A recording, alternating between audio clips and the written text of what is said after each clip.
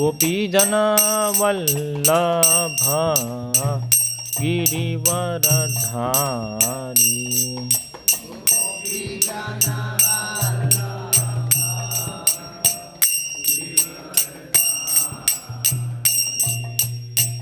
गोपीजना वल्लभ गिरिवरधारी।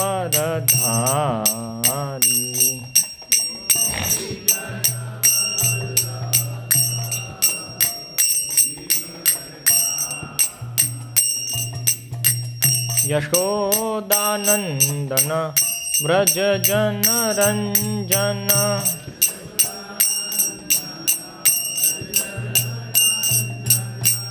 यशोदानंदन व्रज जन रंजन। यामुनतीरावनचारी।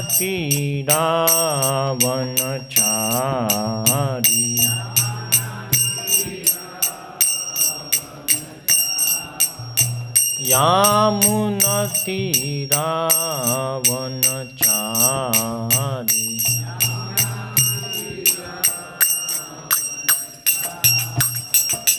जय राधा माधव कुंज विहारी।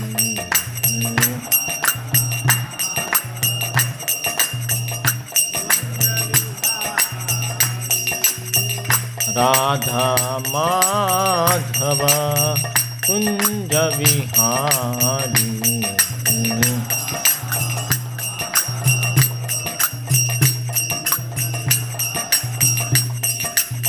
गोपीजन वल्लभ गिरिवरधारी।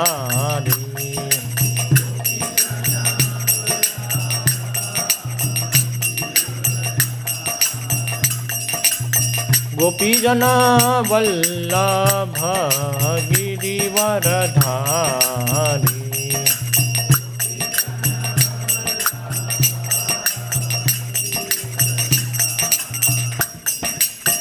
यशोदानंदन व्रज जन रंजन।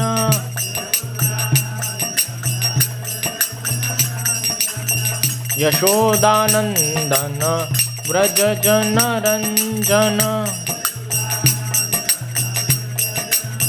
यामुनतीरावनचारी।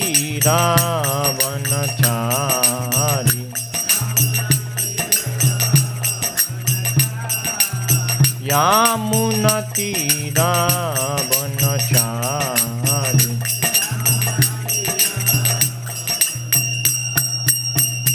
जय राधा माधव कुंज विहारी।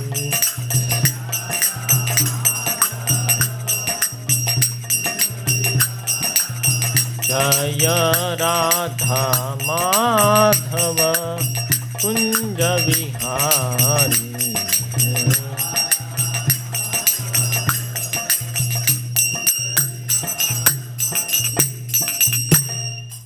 जय ओम विष्णुपाद परमहंस परिव्राजकाचार्य अष्टोत्तरशत श्री श्रीमद् अभय चरणारविंद भक्ति वेदांत स्वामी प्रभुपाद की जय।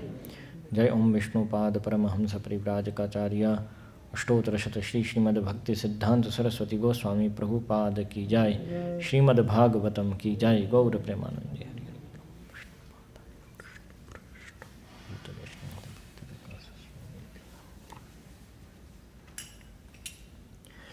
ओम नमो भगवते वासुदेवाय।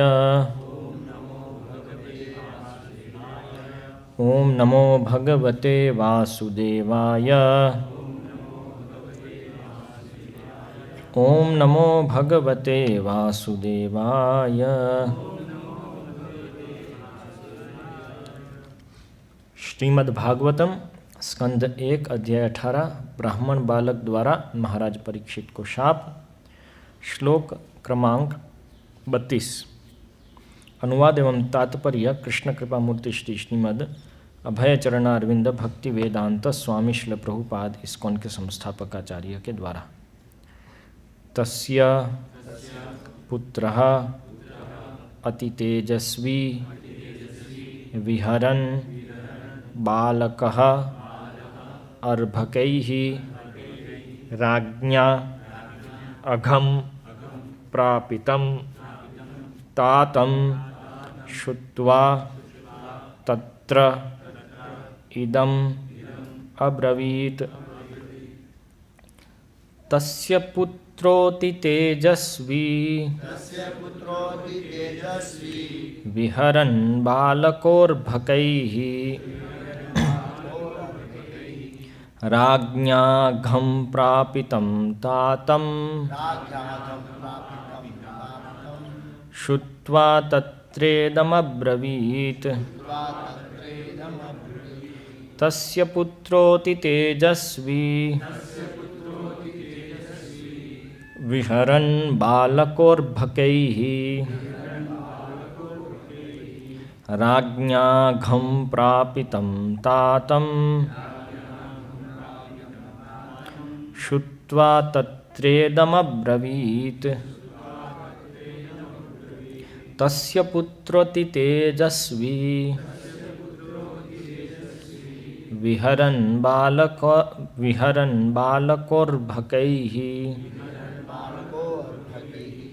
राज्ञाघं प्रापितं तातं श्रुत्वा तत्रेदमब्रवीत्। तस्य पुत्रो अति तेजस्वी विहरन्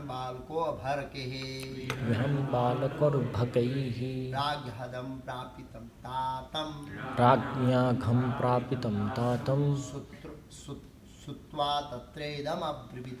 श्रुत्वा तत्रेदमब्रवीत्। तस्य पुत्रोऽति तेजस्वी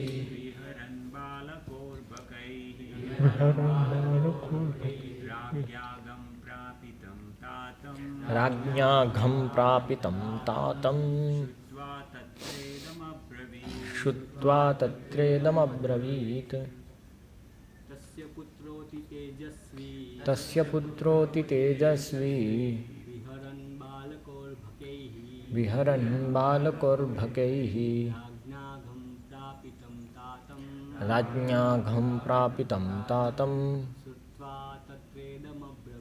श्रुत्वा तत्रेदमब्रवीत्। तस्य पुत्रोऽति तेजस्वी विहरन् बालकोर्भकैः राज्ञाघं प्रापितं तातं श्रुत्वा तत्रेदमब्रवीत्। तस्य उसका मुनि का पुत्र अत्यधिक तेजस्वी शक्तिमान विहरन खेलते हुए बालकों के साथ अर्भकैहि जो अभी बचकाना थे राज्ञा राजा द्वारा अघम विपत्ति प्रापितम दिया गया तातम पिता को श्रुत्वा सुनकर तत्र वहाँ पर इदम यह अब्रवीत बोला। उस मुनि का एक पुत्र था जो ब्राह्मण पुत्र होने के कारण अत्यंत शक्तिमान था। जब वह अनुभवहीन बालकों के साथ खेल रहा था तभी उसने अपने पिता की विपत्ति सुनी जो राजा द्वारा लाई गई थी। वह बालक वहीं पर इस प्रकार बोला। तात्पर्य: महाराज परीक्षित के उत्तम शासन के कारण अल्पवय बालक जो अभी अन्य अनुभवहीन बालकों के साथ खेल रहा था योग्य ब्राह्मण के समान तेजस्वी हो सकता था। यह बालक श्रृंगी नाम से जाना जाता था और उसे अपने पिता से ब्रह्मचर्य की अच्छी शिक्षा प्राप्त हुई थी जिससे वह इस आयु में एक ब्राह्मण के समान शक्तिशाली या तेजस्वी हो गया था। लेकिन चूंकि कलयुग जीवन के 4 आश्रमों की सांस्कृतिक धरोहर को विनष्ट करने के अवसर की ताक में था, अतएव इस अनुभव शून्य बालक ने कलयुग को अवसर प्रदान किया कि वह वैदिक संस्कृति के क्षेत्र में प्रविष्ट हो सके। कलि के प्रभाव से जीवन के निरंतर आश्रमों के प्रति घृणा के भाव का प्रारंभ इस ब्राह्मण बालक से हुआ और इस तरह दिन प्रतिदिन सांस्कृतिक जीवन क्षीण होता गया। इस तरह ब्राह्मण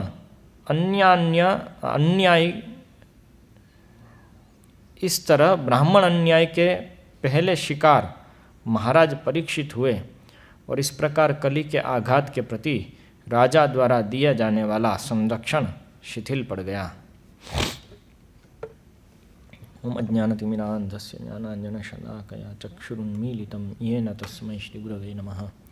श्रीचैतन्यमनोभीष्टं स्थापितं येन भूतले स्वयं रूपः कदा मह्यं ददाति स्वपदान्तिकं। वन्देऽहं श्रीगुरोः श्रीयुतपदकमलं श्रीगुरून् वैष्णवांश्च। श्रीरूपं साग्रजातं सहगणरघुनाथान्वितं तं सजीवं साद्वैतं सावधूतं परिजनसहितं कृष्णचैतन्यदेवं श्रीराधाकृष्णपादान् सहगणललिता शाखान्वितांश्च। श्रीकृष्णचैतन्यप्रभुनित्यानन्द श्री अद्वैत गदाधर श्रीवासादि गौरभक्तवृंद। हरे कृष्णा कृष्ण कृष्ण हरे हरे, हरे राम राम राम हरे हरे। तो आज राधाष्टमी है और हम परीक्षित महाराज के बारे में सुन रहे हैं, श्रीमती राधा रानी के बारे में नहीं। उसका एक कारण है कि कम से कम मेरी तो कोई योग्यता नहीं है बोलने के विषय में। उनके कृष्ण के विषय में तो फिर भी बोल सकते हैं कभी कुछ। आजकल सामान्य बात हो गई, श्रीमती राधा रानी के विषय में पुस्तकें प्राप्त होंगी और आज के दिन राधा रानी की जय, महारानी की जय, जय राधे इत्यादि इत्यादि सुनने को मिलेगा। ये सब ढोंग है, ये सब सहजियापन है। इससे हम लोगों को विचलित नहीं होना है। हम रोज श्रीमती राधा रानी का नाम लेते हैं कृष्ण के नाम से ज़्यादा, क्योंकि हरे कृष्ण महामंत्र में 8 बार श्रीमती राधा रानी का नाम आता है, 4 बार कृष्ण का आता है और 4 बार बलराम का आता है। ऐसे देखे तो ऐसे तो हमको तुलना नहीं करनी चाहिए, लेकिन कहने का तात्पर्य कि हरे कृष्ण महामंत्र में जो श्रीमती राधा रानी है उसमें तो कुछ लगाव नहीं होता है। दुर्दैवमीदृशमिहा जनीन अनुराग, अनुराग नहीं है। अनुराग हमारा लोके व्यवायामिष मध्य सेवा नित्या ही जंतो नहीं तत्र चोदना। हमारा अनुराग कहाँ पे है? कम से कम मेरा, सामान्य रूप से सबका, स्त्री संबंध में, विवाह या मैथुन में, और ऐसा आहार जो नहीं करना चाहिए ऐसे आहार में हमारी अनुराग है। मैकडोनल्ड्स, हैवमोर इत्यादि आइसक्रीम्स और सब अलग अलग प्रकार की चीज़ें जो नहीं खानी चाहिए उसमें अनुराग रहता है सबका। तो जब तक ये अनुराग सब है तब तक नाम में कहाँ अनुराग होगा। तो इसलिए जो अनुराग दिखता है कभी श्रीमती राधा के प्रति हमारे जैसे लोगों में, तो वो वास्तविक अनुराग नहीं है, क्योंकि कृष्णेर चरण यदि होय अनुराग कृष्ण बिनु अन्यत्र तार नहीं रहे राग। कृष्ण के चरण में यदि अनुराग होता है तो उसके अलावा अन्यत्र कहीं भी आसक्ति नहीं रहती है, राग नहीं रहता है। ये पॉइंट है। तो इसलिए ये सब ढोंग है, ऐसी चीज़ों में हमको नहीं पड़ना चाहिए।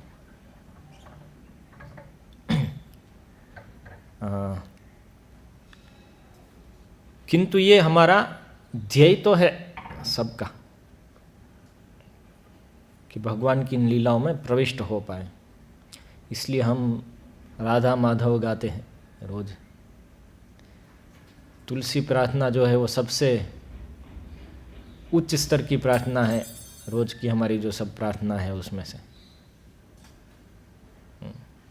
तुलसी वंदना में राधा कृष्ण सेवा पावो यह विलासी, और उसमें भी निकुंज विलास कुंजे दियो वास। वो गाते हुए रहते, पता नहीं विलास कुंज तो कब जाएंगे। अभी तो हम भोग विलास के कुंज में हैं, लीला विलास में तो कब पहुंचेंगे। पूरा समय चेतना भोग विलास में रहती है, तो लीला विलास में तो कब पहुंचेंगे। सामान्य रूप से समझना हो तो आंखें बंद करके थोड़ा चिंतन करने का प्रयास करो तो किसका चिंतन आता है, उससे आइडिया लग जाता है हम कहाँ पे पड़े हुए हैं। तो हमारी ऐसी दुर्दैव स्थिति है, इसलिए ईदृशम दुर्दैव दुर्दैवम ईदृशम यह अजनी न अनुराग। ये जो नाम है जिसमें आपने इतनी कृपा करके रखी हुई है, उसमें मेरा अनुराग नहीं है। ये चैतन्य महाप्रभु स्वयं कहते हैं। चैतन्य महाप्रभु नहीं कहते कि मुझे राधा कृष्ण की लीला सुनाओ, मुझे अनुराग है उसमें।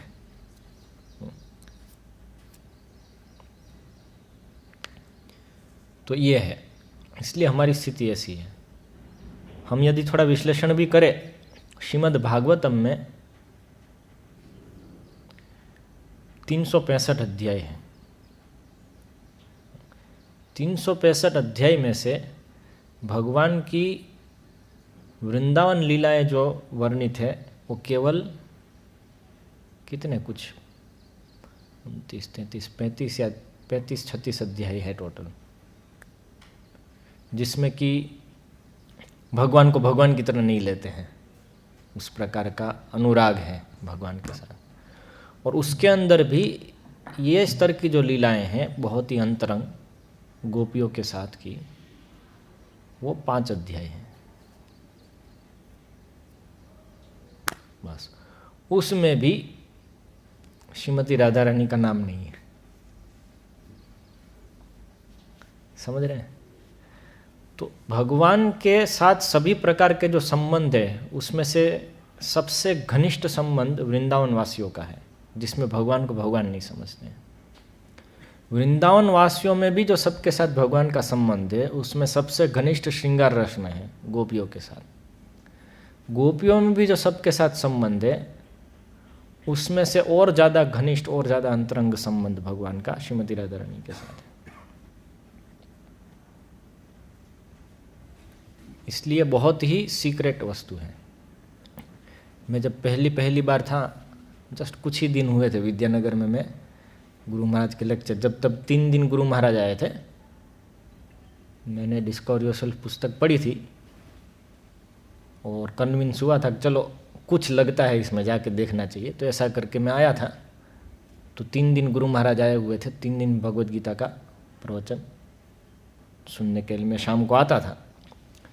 तो एक दिन सुना, दूसरे दिन सुना, फिर मैंने बोला मुझे थोड़े प्रश्न पूछने थे, महाराज से पूछने, ऐसा करके। तो लेके गए मुझे, तभी कुछ थोड़ा बहुत पढ़ा था तो पूछा। तो उसमें से एक प्रश्न राधा रानी के विषय में था। तो महाराज बोले कृष्ण को समझना आसान है, राधा रानी को नहीं समझ सकते, वो उस तरह आएगा तब। तो यही वस्तु है। आप देखिए शास्त्र में श्रीमद् भागवतम व्यासदेव ने सभी शास्त्र के बाद प्रकट किया, और ये खेद करते हुए कि बाकी सब शास्त्र जो मैंने दिए हैं, प्रकट किए हैं, उससे संतुष्टि नहीं मिली है। क्योंकि नारद मुनि बोले, क्योंकि आपने भगवान की लीलाओं का वर्णन मुक्त रूप से नहीं किया है, इसलिए ऐसे ग्रंथ की रचना करो कि जिसमें भगवान के नाम इत्यादि का वर्णन मुक्त रूप से हो। नामानि अनंतस्य यशोंकितानि यत् शृण्वन्ति गायन्ति गृह्णन्ति साधवः। तो ऐसा जो ग्रंथ है वो विप्लव, पापी जनता में क्रांति ला के रख देगा। जनता अघ विप्लव। तो नारद मुनि ने भागवतम की रचना की। भागवतम का प्रकटीकरण इसीलिए हुआ है कि बाकी पुराणों में, बाकी शास्त्रों में भगवान की भक्ति का, लीलाओं का मुक्त रूप से वर्णन नहीं हुआ है, इसलिए भागवतम प्रकट हुआ है। तो वो भागवतम में श्रीमती राधा रानी की लीलाओं का और नाम भी नहीं हम प्राप्त करते उनका, वो भागवतम में सोचिए, जो सबसे उच्चतम ग्रंथ है उसमें नहीं प्राप्त होता है। और दूसरे पुराणों में प्राप्त होता है। दूसरे पुराणों में राधा सहस्र नाम भी प्राप्त होगा, श्रीमती राधा रानी की अंतरंग लीलाएं भी प्राप्त होती है।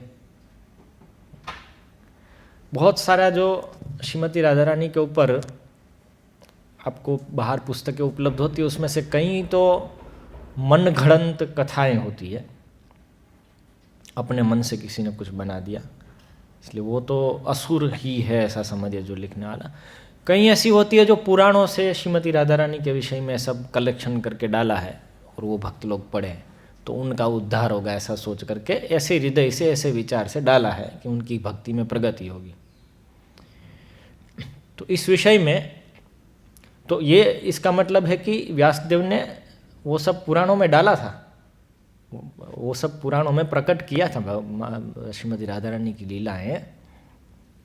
इसलिए ऐसा नहीं कि श्रीमती राधा रानी जैसा कोई है नहीं और कोरी कल्पना है, ये सब पुराणों में डाला था। किंतु उसके बाद उनको असंतुष्टि हुई और असंतुष्टि का कारण निकला कि मुक्त रूप से वर्णन नहीं किया लीलाओं का, और जब मुक्त रूप से लीलाओं का वर्णन भागवतम में करते तो वो लीलाएं नहीं डालते हैं। समझ रहे हैं?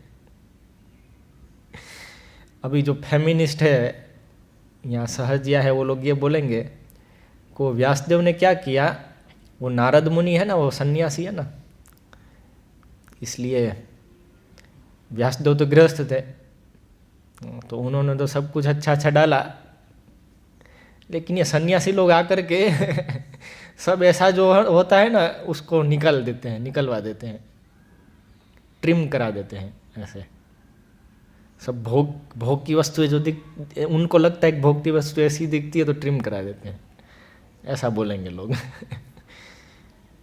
सोचने वाले हजार चीज़ सोचते हैं, तो ऐसी चीज़ें भी लोग सोचते हैं। लेकिन हम देखें तो नारद मुनि ने जो व्यासदेव को जब ये बताया तो व्यासदेव ने श्रीमती राधा रानी की लीलाएं नहीं डाली है, उसमें गोपियों की लीला डाली और गुप्त रूप में है श्रीमती राधा रानी की भी कुछ लीला, लेकिन वो स्तर पे जो पहुंचेंगे उनको प्रकट होगी। नाम भी नहीं है, लीलाओं की बात तो छोड़िए। तो ये सोचने योग्य वस्तु है कि जब इतने उच्च ग्रंथ में भी वो लीलाओं को प्रकट नहीं कर रहे हैं तो हम वो मायापुर वृंदावन जा कर के पुस्तक लेकर के पढ़ेंगे श्रीमती राधा रानी की लीला, तो क्या वो उपयुक्त है? सोचना चाहिए इस विषय में, उपयुक्त नहीं है। अभी तो आपको वृंदावन, पहले हम बोलते थे वृंदावन मायापुर जाओ तो वो श्रीमती राधा रानी वाली पुस्तकें खरीदना मत, उसको पढ़ना मत, ऐसा हम पहले बोलते थे। अभी तो क्या है, यूट्यूब आ गया तो आपको जो सुनना है सुन सकते हो और जैसे अपने जीवन को बर्बाद करना है कर सकते हो। और क्या बोल सकते हो उसमें? तो यूट्यूब के ऊपर तो रोक लगा नहीं सकते और आदमी के ऊपर भी रोक लगा नहीं सकते। अभी वो राधा रानी की लीला का वो वीडियो देखेगा, उसके बाद भोग विलास वाली ब्लू फिल्म देखेगा, वो उसके लिए दोनों दोनों में अनुराग है उसका। तो ऐसी स्थिति है अभी। इसलिए जो गंभीर है वो समझे, जो गंभीर नहीं है उनको जो करना है करे और फिर परिणाम भुगतेंगे। परिणाम सबका एक नहीं होगा। गंभीर व्यक्ति कृष्ण प्रेम प्राप्त करेगा, विलास कुंज में प्रवेश प्राप्त करेगा, और जो गंभीर नहीं है, जो ढोंगी है, वो पता नहीं कौन से कुंज में प्रवेश करेगा,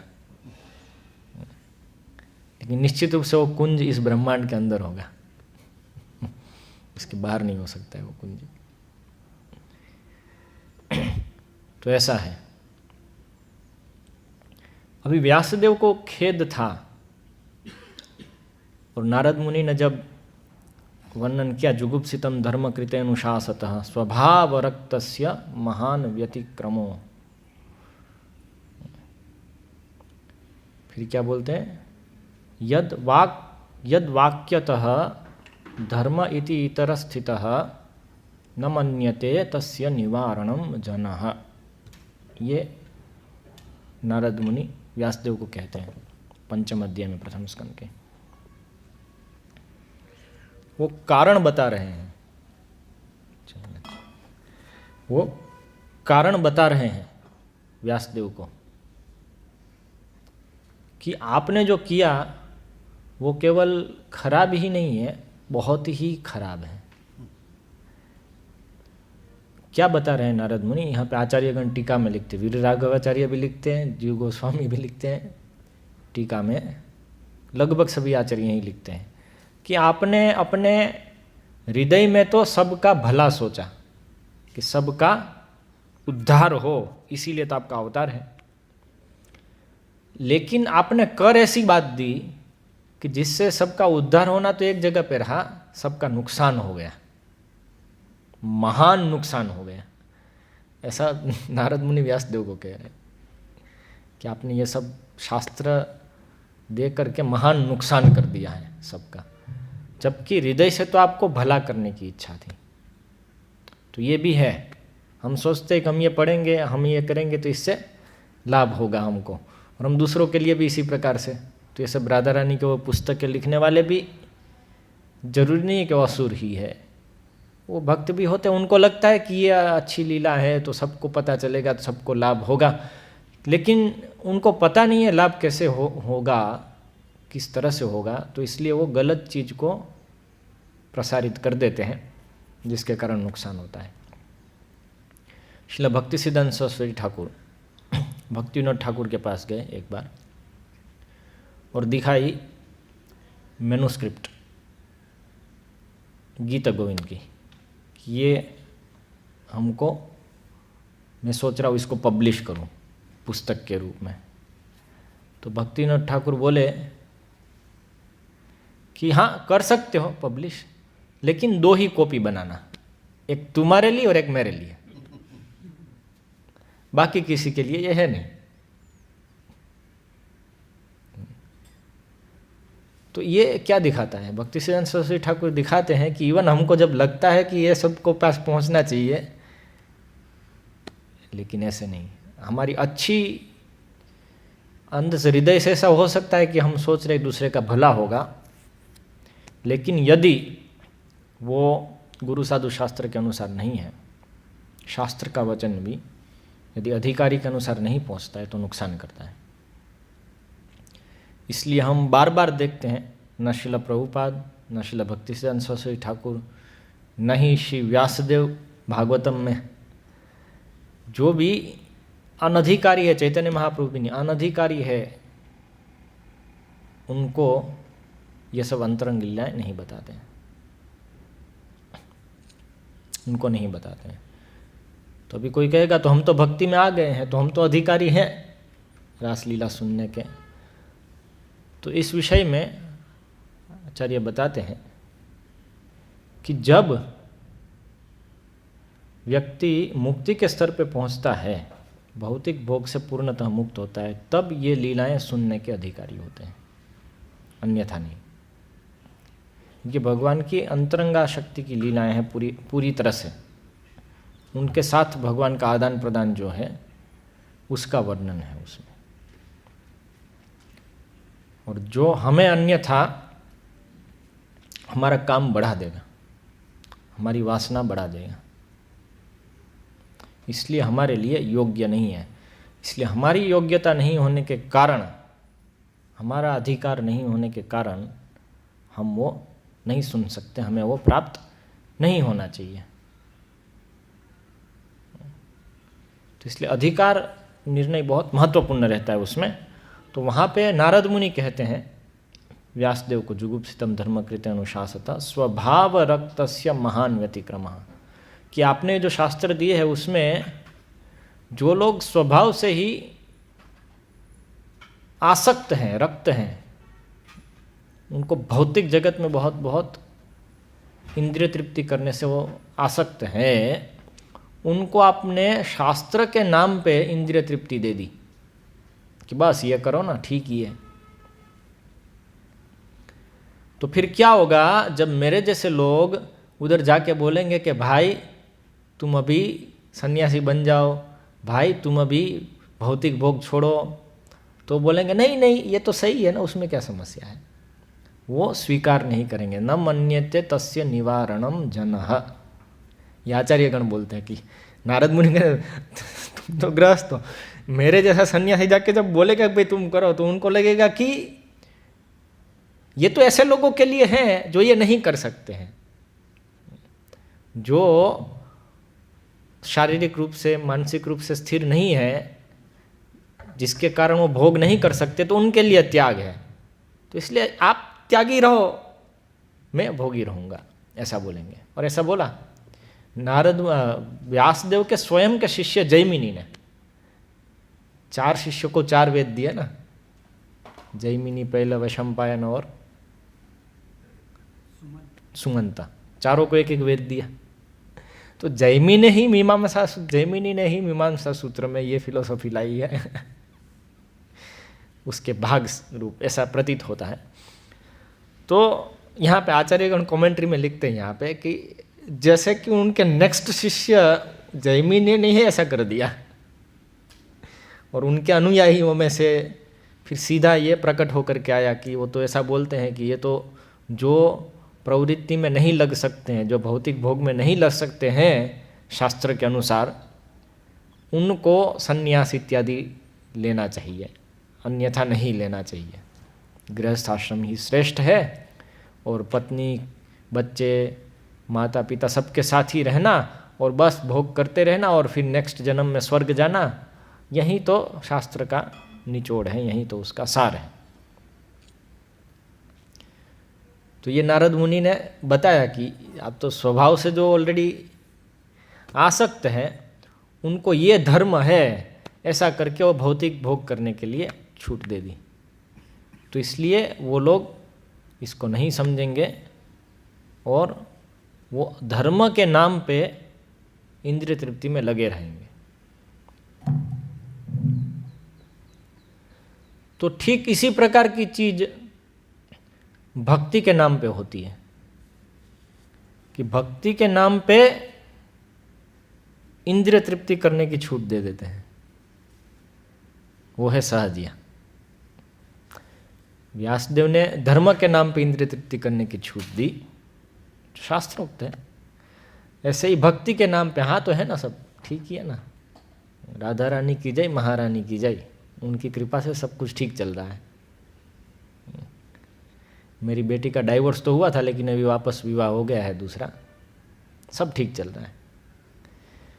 और इसके साथ भी थोड़ा झगड़ा चल रहा है, यदि वो माना नहीं तो उसको मैं मजा चखा के दिखाऊंगा, बाकी सब ठीक चल रहा है। राधा रानी की जय, महारानी की जय। और मेरी दूसरी बेटी तो भाग गई किसी के साथ, सब ठीक चल रहा है। राधा रानी की जय, महारानी की जय। ये स्थिति है लोगों की कि अलग अलग प्रकार की आसक्तियां हैं, वो कार्य करते रहते हैं। और इस तरफ जैसे मंदिर आते हैं तो राधा भाव में एकदम डूब जाते हैं। राधा भाव द्युति सुललितम, ऐसा लगता है जैसे महाप्रभु डूबे हुए थे राधा भाव में, ऐसे लोग भी राधा भाव में डूब जाते हैं। और जैसे ही वो कीर्तन समाप्त होता है और मंदिर से बाहर निकलते तो भाव दिख जाता है कि वो भाव का भाव क्या था, कितने रुपए। तो ये वस्तु है वास्तव में। इसलिए यहाँ पे परीक्षित महाराज हैं जो सुन रहे हैं शुकदेव गोस्वामी से, उनकी कथा आ रही है। परीक्षित महाराज की स्थिति ये थी कि गर्भ में उन्होंने भगवान का दर्शन किया था, और भगवान का दर्शन ऐसा नहीं कि उनको दर्शन करना था तो भगवान ने आके दर्शन दिया, भगवान स्वयं जाके उनको दर्शन दिए। भगवान अपनी इच्छा से जाके दर्शन दे रहे हैं परीक्षित महाराज में। कितना प्रगाढ़ संबंध होगा। एक है कि भक्त दर्शन करने जाता है भगवान का, दूसरा है कि भगवान भक्त का दर्शन करने आते हैं। तो ये वो वाली स्थिति है। इतना प्रगाढ़ संबंध है परीक्षित महाराज का भगवान कृष्ण के साथ। और केवल उनका ही नहीं, उनके पूरे खानदान का भगवान कृष्ण के साथ इतना प्रगाढ़ संबंध है कि सोते खाते उठते बैठते सब, भगवद गीता में कहते हैं ना अर्जुन कि ये केशव आपके साथ तो मैं सोता खाता उठता बैठता गाली देता था, और आप तो ये हैं। तो जिनके पूरे खानदान का ऐसा संबंध है भगवान के साथ, वो परीक्षित महाराज।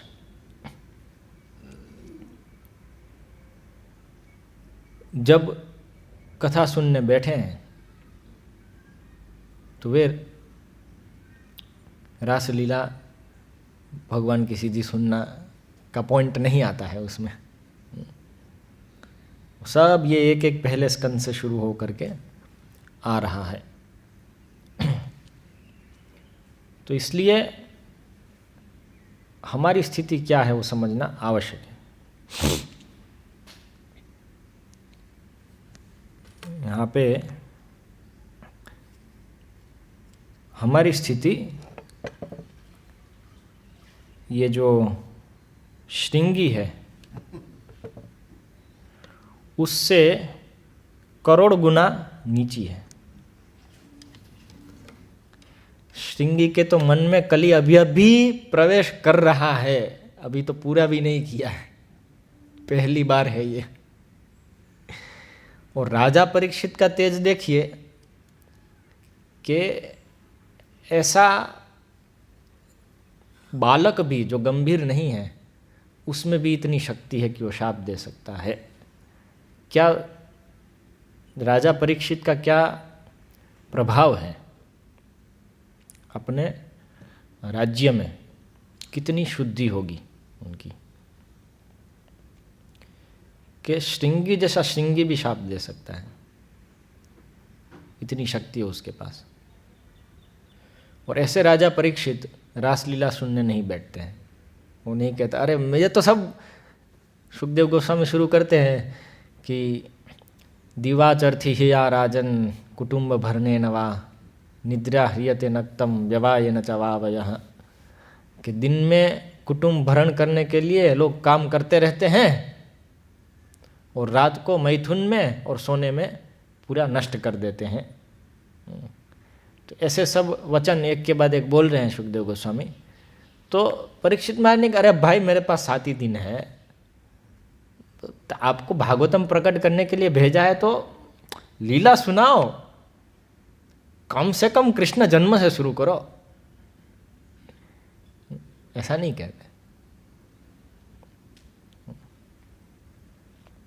वो तो उधर से ही शुरू होता है सब, एक एक एक एक करके। इस प्रथम स्कंद में कली का बहुत वर्णन है, क्योंकि हम कली का पहचान होनी पड़ेगी, करनी पड़ेगी ना, हम सब के अंदर ही बैठा हुआ है। तो हमारा अधिकार ये है, कली बैठा हुआ है। और श्रृंगी की स्थिति तो बहुत उच्च थी। हमारा तो जन्म से पहले से कली हमारे अंदर है, क्योंकि हम तो कलयुग से कलयुग में शायद ट्रांसफर हुए होंगे, ऐसा ही होगा। और हमारा खानदान भी पूरा कली हथ ही है पहले से, श्रृंगी का ऐसा नहीं था।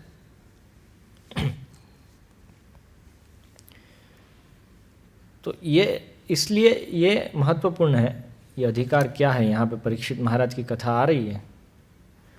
तो परीक्षित महाराज ने अपने राज्य में कली को जगह नहीं दी।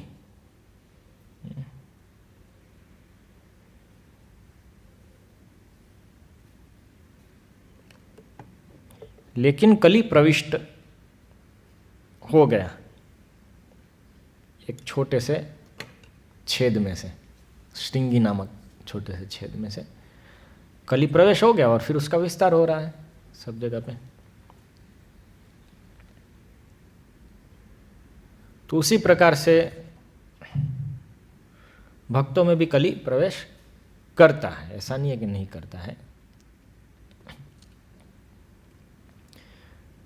और हमको उसको शय नहीं देनी है, हमको पालन करना है, शास्त्र, साधु, गुरु, ये सब।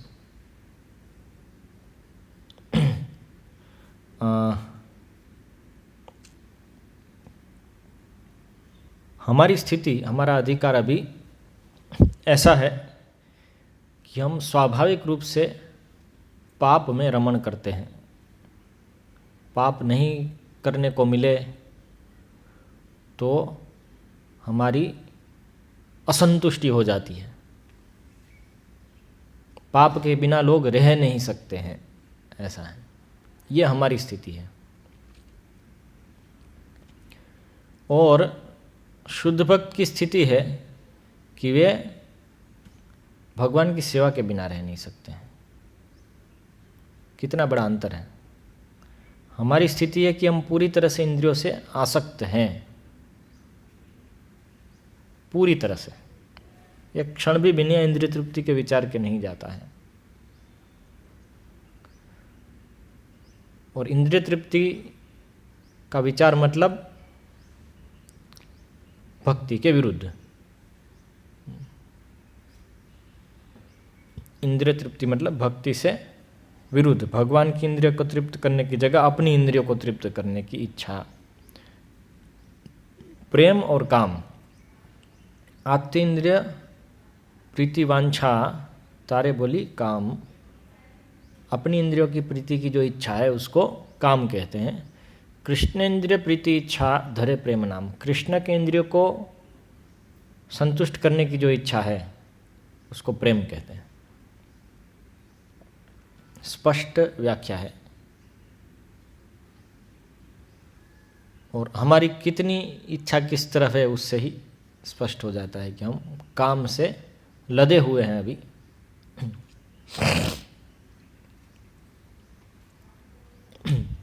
तो कैसे हम राधा कृष्ण को समझ सकते हैं? काम क्रोध लोभ मोह मद आदि आविष्ट ये सब ना छड़े किसे पावे राधा कृष्ण। काम क्रोध लोभ मोह मद इत्यादि से आविष्ट जब तक हमारी चेतना है, इस सब को नहीं छोड़ करके हम कैसे राधा कृष्ण को प्राप्त कर सकते, कैसे उनको समझ सकते हैं? नहीं संभव है।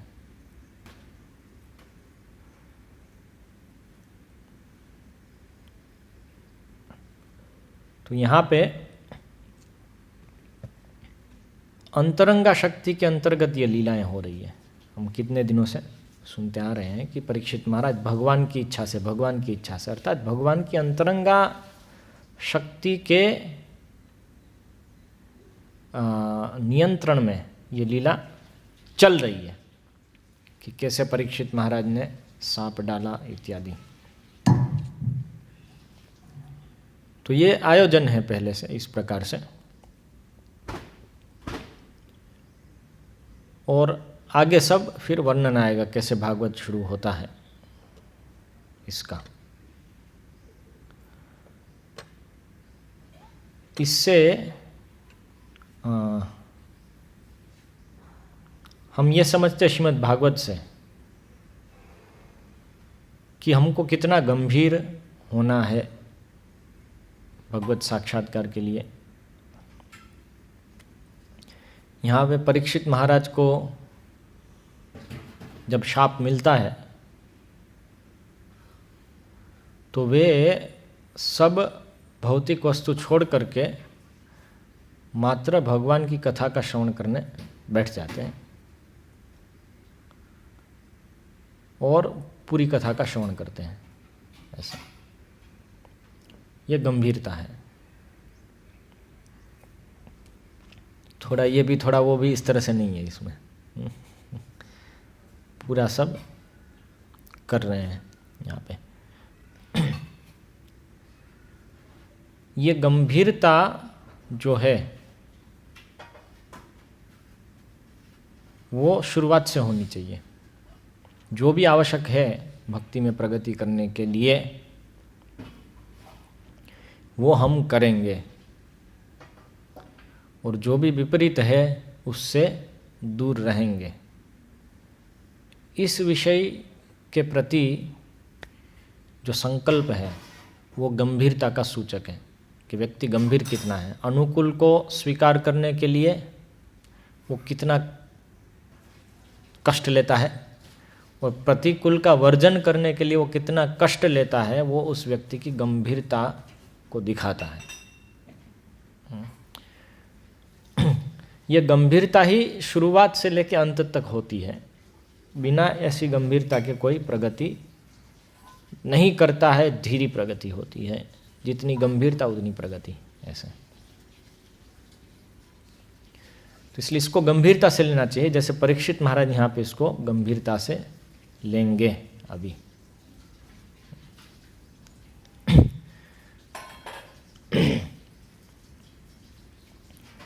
तो राधा ये शब्द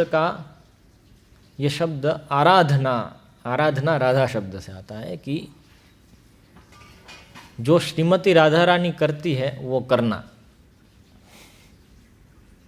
श्रीमती राधा रानी क्या करती है? भगवान को संतुष्ट करती है, कृष्ण को संतुष्ट करती है। तो वो करना, भगवान को संतुष्ट करना, जिसको सेवा कहते हैं, उसको आराधना कहते हैं। और उसके विपरीत जो होता है उसको कहते हैं अपराध। अपराध शब्द राधा के विपरीत, राध के विपरीत, आराधना के विपरीत जो है उसको अपराध कहते हैं। वो असंतुष्ट करता है भगवान को, इसलिए भगवान को, उनके भक्त को। तो इसलिए अभी हमारी अपराध बुद्धि है। हम जो भी कुछ करते हैं, हमारी जो स्वाभाविक इच्छा है जो भी कुछ करने की, वो भगवान से दूर लेकर के जाने वाली है, अपराध कराने वाली है। इसको अपराध बुद्धि कहते हैं। इसलिए हमारा स्तर अपराध का है, तो हम कैसे आराधना को समझ सकते हैं? आराधना में प्रवेश नहीं हो सकता है जब तक हम अपराध कर रहे हैं, जब तक हमारी बुद्धि अपराध बुद्धि है।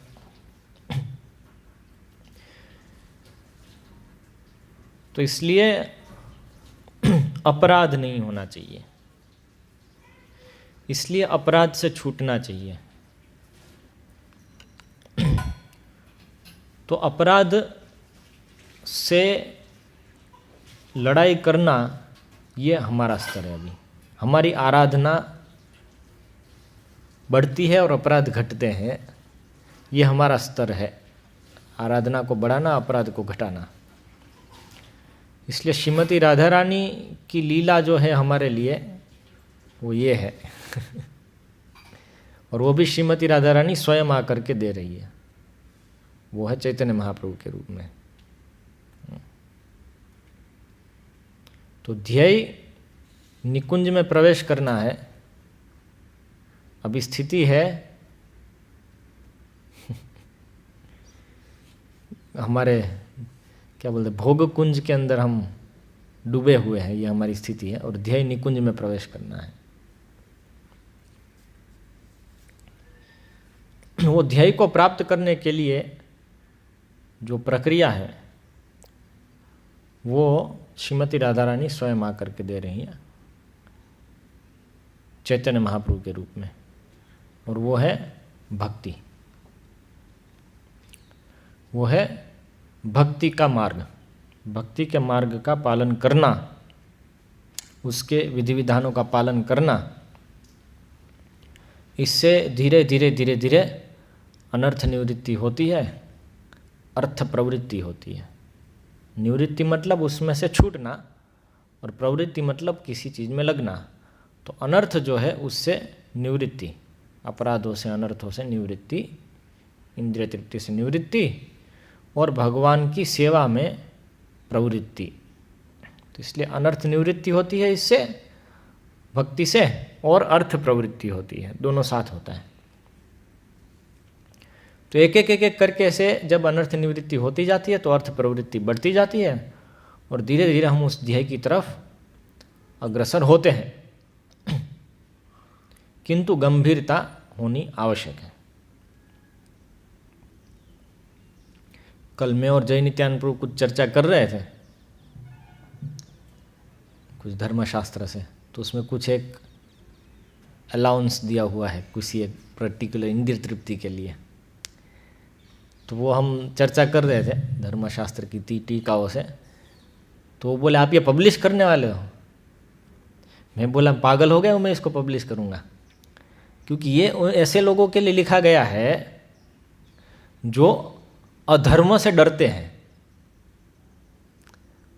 तो इसलिए उनको जब बताया कि ऐसा, यदि पॉइंट ये था कि आपके हृदय में यदि ऐसी इच्छा नहीं है तो ये कर सकते हैं, अन्यथा वो अधर्म होगा।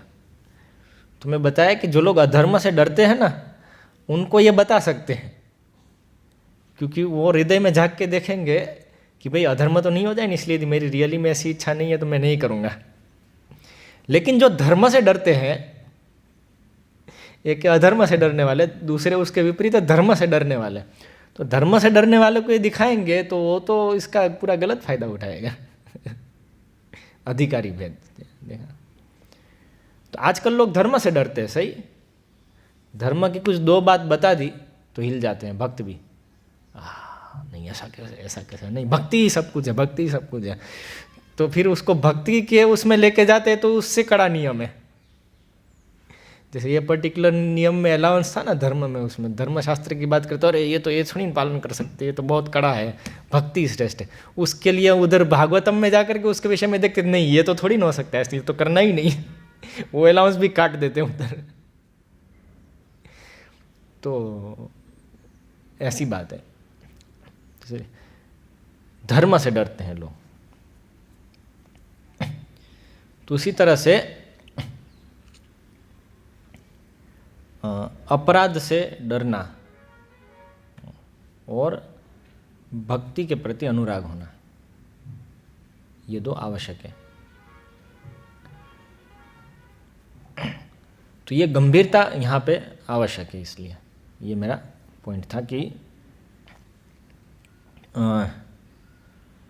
जो अपराध और आराधना, तो हमें ये पूरी सिस्टम दी है आराधना की, श्रील प्रभुपाद के माध्यम से आ रही है, और ये हमारे ध्येय तक पहुंचाएगी हमको, अनर्थ निवृत्ति करके अर्थ प्रवृत्ति में लगा करके ये पहुंचाएगी हम लोग को अपने ध्येय तक, यदि हम गंभीरता से उसको पालन करते हैं। क्योंकि पद्धति को पालन करने में अनर्थों को छोड़ना पड़ेगा, और अनर्थ को जब छोड़ना पड़ता है तो बहुत कष्ट होता है, और वो कष्ट हम सहन करने को गंभीर है कि नहीं, यहाँ पे हमारी गंभीरता नप जाती है। तो हम जितने गंभीर है उतने अनर्थ छूटेंगे।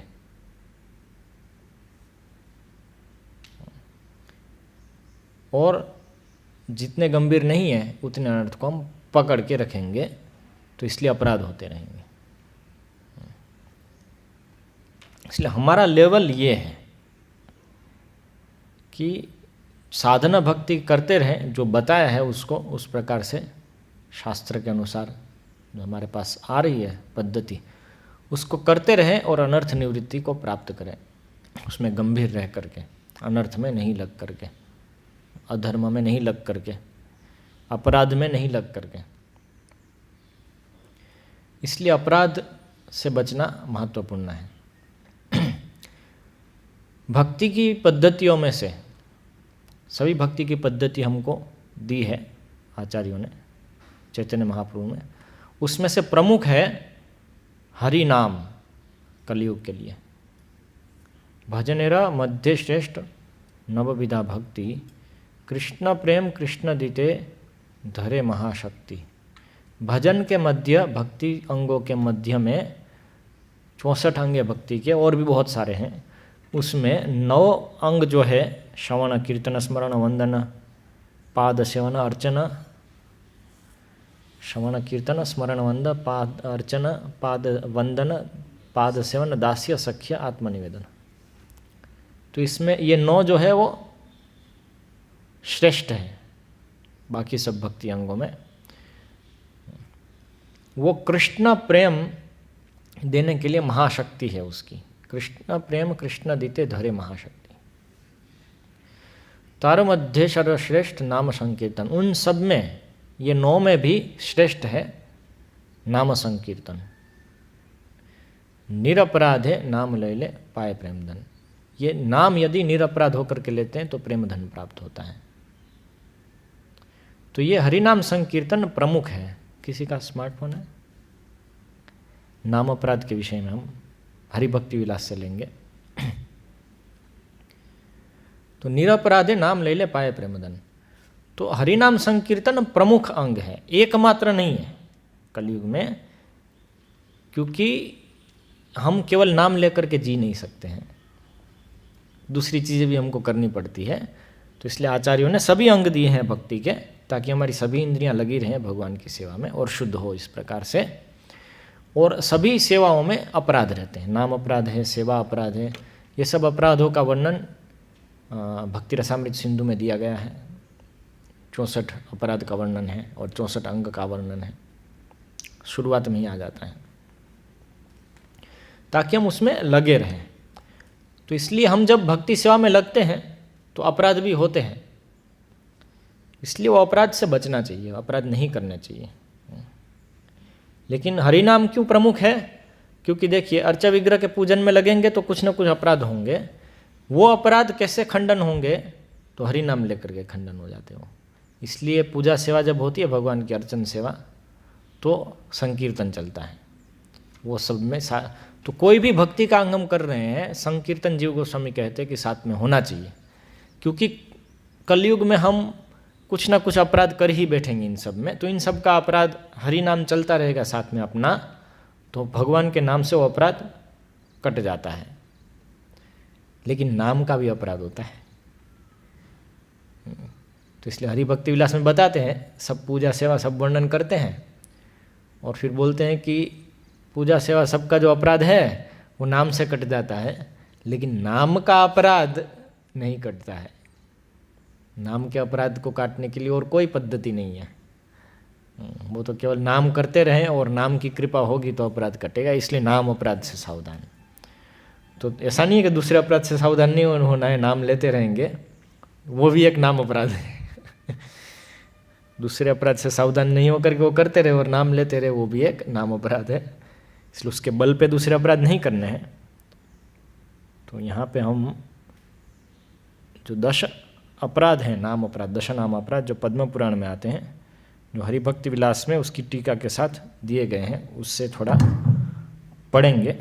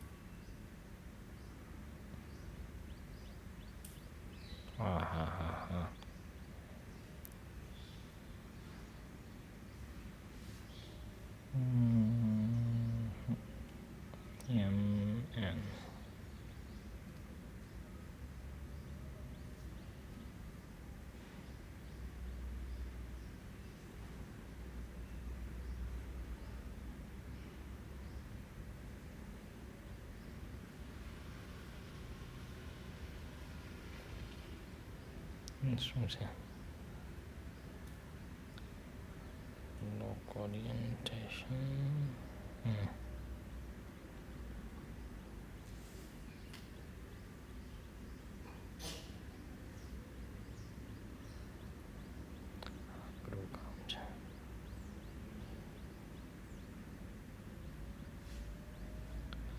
ठीक है, इसमें से पढ़ते हैं।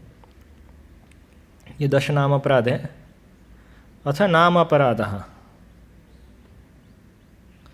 उसके ये नाम अपराध शुरू होने से पहले कहते हरेरपि आराधान यः कुर्यात् द्विपद पांशनः नामाश्रय कदाचित स्यात् तरति एव स नामतः। तो हरि के भी अपराध करते हैं तो नाम से तरण हो जाता है। नामनोपि सर्वसुहृदो हि अपराधात् पतत्यत, लेकिन नाम का भी यदि कोई अपराध करता है तो वो पतन होता है उसका। तो अथ नाम अपराध, तो पद्म पुराण में ही बता रहे हैं वो। सताम निंदा नामनः परमम अपराधम वितनुते यतः ख्यातिम यातम कथम उसहते तद्विग्रहाम, कि भक्तों की निंदा, सत लोगों की निंदा, भक्तों की निंदा वो नाम के परम अपराध, नाम का परम अपराध है, चरम अपराध है, मुख्य अपराध है। और कहते हैं कि यतः ख्यातिम यातम कथम उसहते तद्विग्रहम, कि जिनसे नाम की ख्याति होती है, जिन सत लोगों से नाम की ख्याति हो रही है, सब जगह प्रचलित हो रहा है, उनका, ऐसे सत लोगों का, भक्तों का अपराध कैसे नाम सहन कर सकता है, ये बताया। उसहते तद विग्रहाम। तो यहाँ पे सनातन गोस्वामी अपनी टीका में लिखते हैं, सर्व यतः सद्भ्यः ख्यातिम प्रसिद्धिम प्राकट्यम व प्राप्तम नाम। यतः शब्द का अर्थ है कि जिनसे, सत लोगों से नाम ने प्रसिद्धि और प्रकटीकरण प्राप्त किया है इस जगत में। मतलब इस जगत से, इस जगत में नाम सत लोगों के माध्यम से आता है, प्रवेश करता है और सबको फैलता है। तो उसहते उ खेदे तेषाम विगरहाम कथम सहते, खेद में, कि मतलब उ जो शब्द यहाँ पे निकला है वो कैसे कोई सहन कर सकता है, कैसे सहन कर सकता है, इस तरह से कहने के लिए है, खेद रूप में।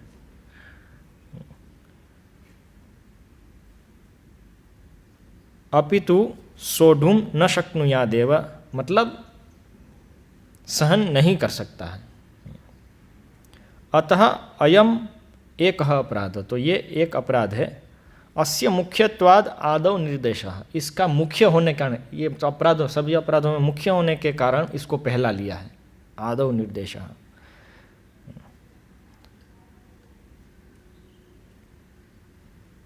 तो ये पहला अपराध है कि भगवान के भक्तों की निंदा, जिनसे नाम का प्रकटीकरण हुआ है, जिनसे नाम फैल रहा है, उनको ही, उनकी ही निंदा करना, ये परम अपराध है। इससे भक्तिलता सूख जाती है।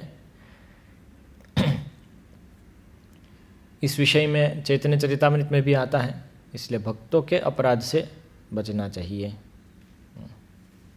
ऐसे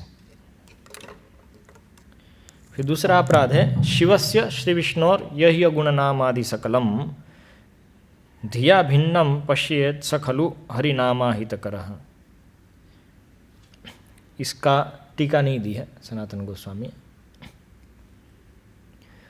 तो शिव अर्थात शिव जी, श्री विष्णु अर्थात विष्णु, शिव का और श्री विष्णु के, शिव के और श्री विष्णु के क्या गुण नाम आदि सकलम, नाम रूप गुण लीला आदि जो सब कुछ है, शिवस्य श्री विष्णु गुण नाम आदि सकलम, यह इस जगत में जो यह गुण नाम आदि सकलम धिया भिन्नम पश्येत, अपनी बुद्धि से उसको, मतलब अपनी बुद्धि में उसको या अपने मन में उसको, अपने मन में भी उसको यदि एक समझते हैं तो वो नामापराध है। दिया भिन्नम पश्येत स खलु हरिनामाहितकरः। मन में भी यदि एक समझते हैं, क्रियाओं में तो बात अलग है। तो ये बताते हैं यहाँ पे सनातन गोस्वामी के मन में भी, धिया मतलब मन में भी, केवल मन में ही नहीं, नहीं, मन में तो अलग समझता हूँ, लेकिन आराधना करता हूँ दोनों की, ऐसा नहीं, मन में भी। सनातन गोस्वामी और इसके ऊपर कुछ टीका नहीं की है, ये बहुत ही प्रचलित श्लोक है जिसके ऊपर भक्तों के कभी बहुत प्रश्न रहते हैं कि यहाँ पे तो धिया अभिन्न भी बोल सकते हैं और धिया भिन्न भी बोल सकते हैं, तो यहाँ पे तो ये नहीं बोल रहा है कि शिव और विष्णु को एक समान यदि मानते हैं, एक समान नहीं मानते हैं तो अपराध है, मन से भी ऐसा नहीं कह सकते हैं। तो ऐसे प्रश्न रहते हैं, तो दोनों प्रकार से ये लागू होता है, दोनों प्रकार से लागू होता है। और तीसरा भी एक प्रकार है जिससे लागू होता है। तो दूसरा प्रकार जो मैं बता रहा हूँ वो सनातन गोस्वामी दूसरी जगह पे कह रहे हैं हरिभक्ति विलास में, कि ऐसी उक्तियाँ जो हैं जिसमें शिव जी और विष्णु का ऐक्य स्थापित किया गया है कि दोनों एक नहीं मानते हैं तो अपराध है, वो शिव जी के भक्तों के लिए है कि शिव जी जिसके आराध्य देव है तो उनके लिए है भाई विष्णु को नीचे मत मानना, एक समान तो कम से कम मानो, इस तरह से उनके लिए, नहीं तो उनका अपराध होता है, वो अपराध शिव जी का होता है। हरि नाम शिव जी के लिए भी उपयोग होता है, हम कहते हैं ना हरि नाम, तो हरि नाम शिव जी के नाम के लिए भी उपयोग होता है शास्त्रों में कभी तो इसलिए इसके दो अर्थ निकल जाते हैं इस तरह से। तीसरा अर्थ यहाँ पे ये है, यहाँ पे शिव शब्द का अर्थ शिव जी नहीं किंतु परम शुभ, शुभ को भी शिव शब्द से द्योतित करते हैं। तो परम शुद्ध श्री विष्णु के नाम रूप गुण लीला आदि जो सब कुछ है उसको जो उनसे अलग मानता है, मतलब विष्णु है और उनका नाम है, वो दोनों भिन्न है। धिया भिन्नम, धिया भिन्नम के दो अर्थ, भिन्न है तो वो अपराध कर रहा है। भगवान का नाम, विष्णु का नाम उनसे भिन्न नहीं है, भगवान के गुण उनसे भिन्न नहीं है, भगवान की लीलाएं उनसे भिन्न नहीं है, सब एक है। तो उस तरह से तो ये तीन अर्थ होते हैं इसके, तीनों में विष्णु पर है अर्थ, विष्णु के विरुद्ध नहीं है। तो इसमें सब देवी देवता की पूजा, उनके प्रति आसक्ति, ये सब आ जाता है कि ये यदि कोई रखता है तो वो हरि नाम का अपराध कर रहा है ऐसे। तो इसलिए ये स्पष्ट होना चाहिए। तीसरा अपराध है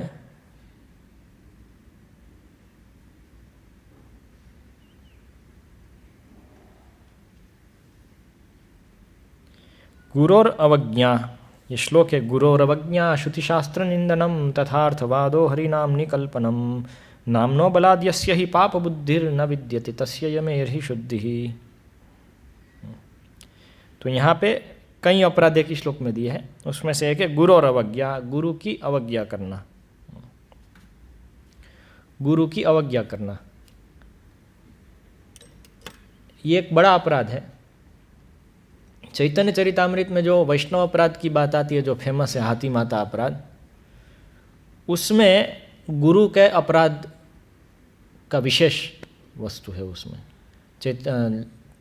श्रील प्रभुपाद उसके जो तात्पर्य में लिखते हैं सब, तो गुरु अपराध के विषय में ज़्यादा लिखते हैं उसमें कि वैष्णवों में जो सबसे प्रमुख हैं वो गुरु हैं, और एक शिष्य के लिए भगवान का नाम गुरु के माध्यम से ही उसके पास आया है। यहाँ पे पीछे आया था ना वैष्णव अपराध में, जिससे प्राप्त हुआ है, यत ख्यातिम प्राप्तम, जिससे ख्याति प्राप्त हुई है नाम की, जिससे नाम प्राप्त हुआ है, अर्थात दीक्षा में नाम प्राप्त होता है ना, तो जिससे नाम प्राप्त होता है उसकी अवज्ञा करोगे तो ये भी एक बड़ा वैष्णव अपराध है। इस तरह से इसको हाथी माता अपराध बताया एग्जैक्टली।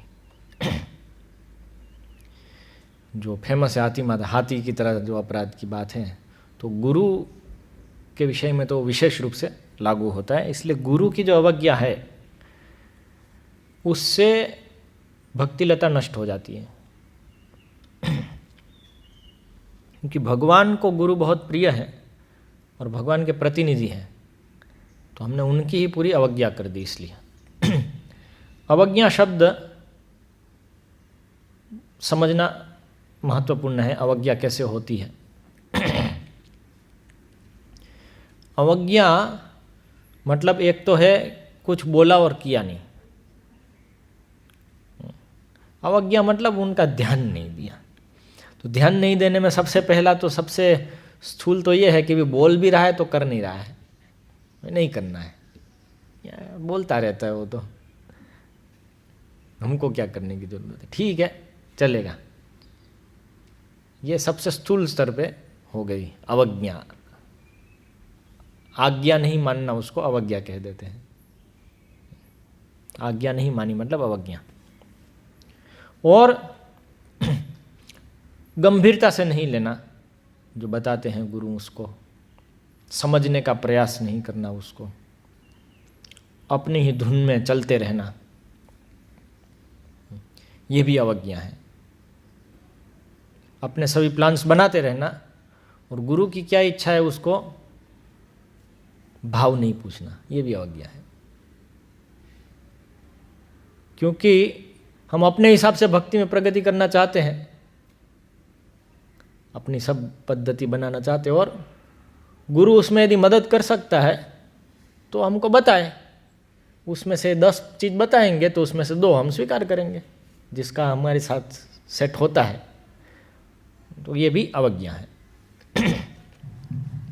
ये गुरु और अवज्ञा में आता है। अवज्ञा मतलब ध्यान नहीं दिया।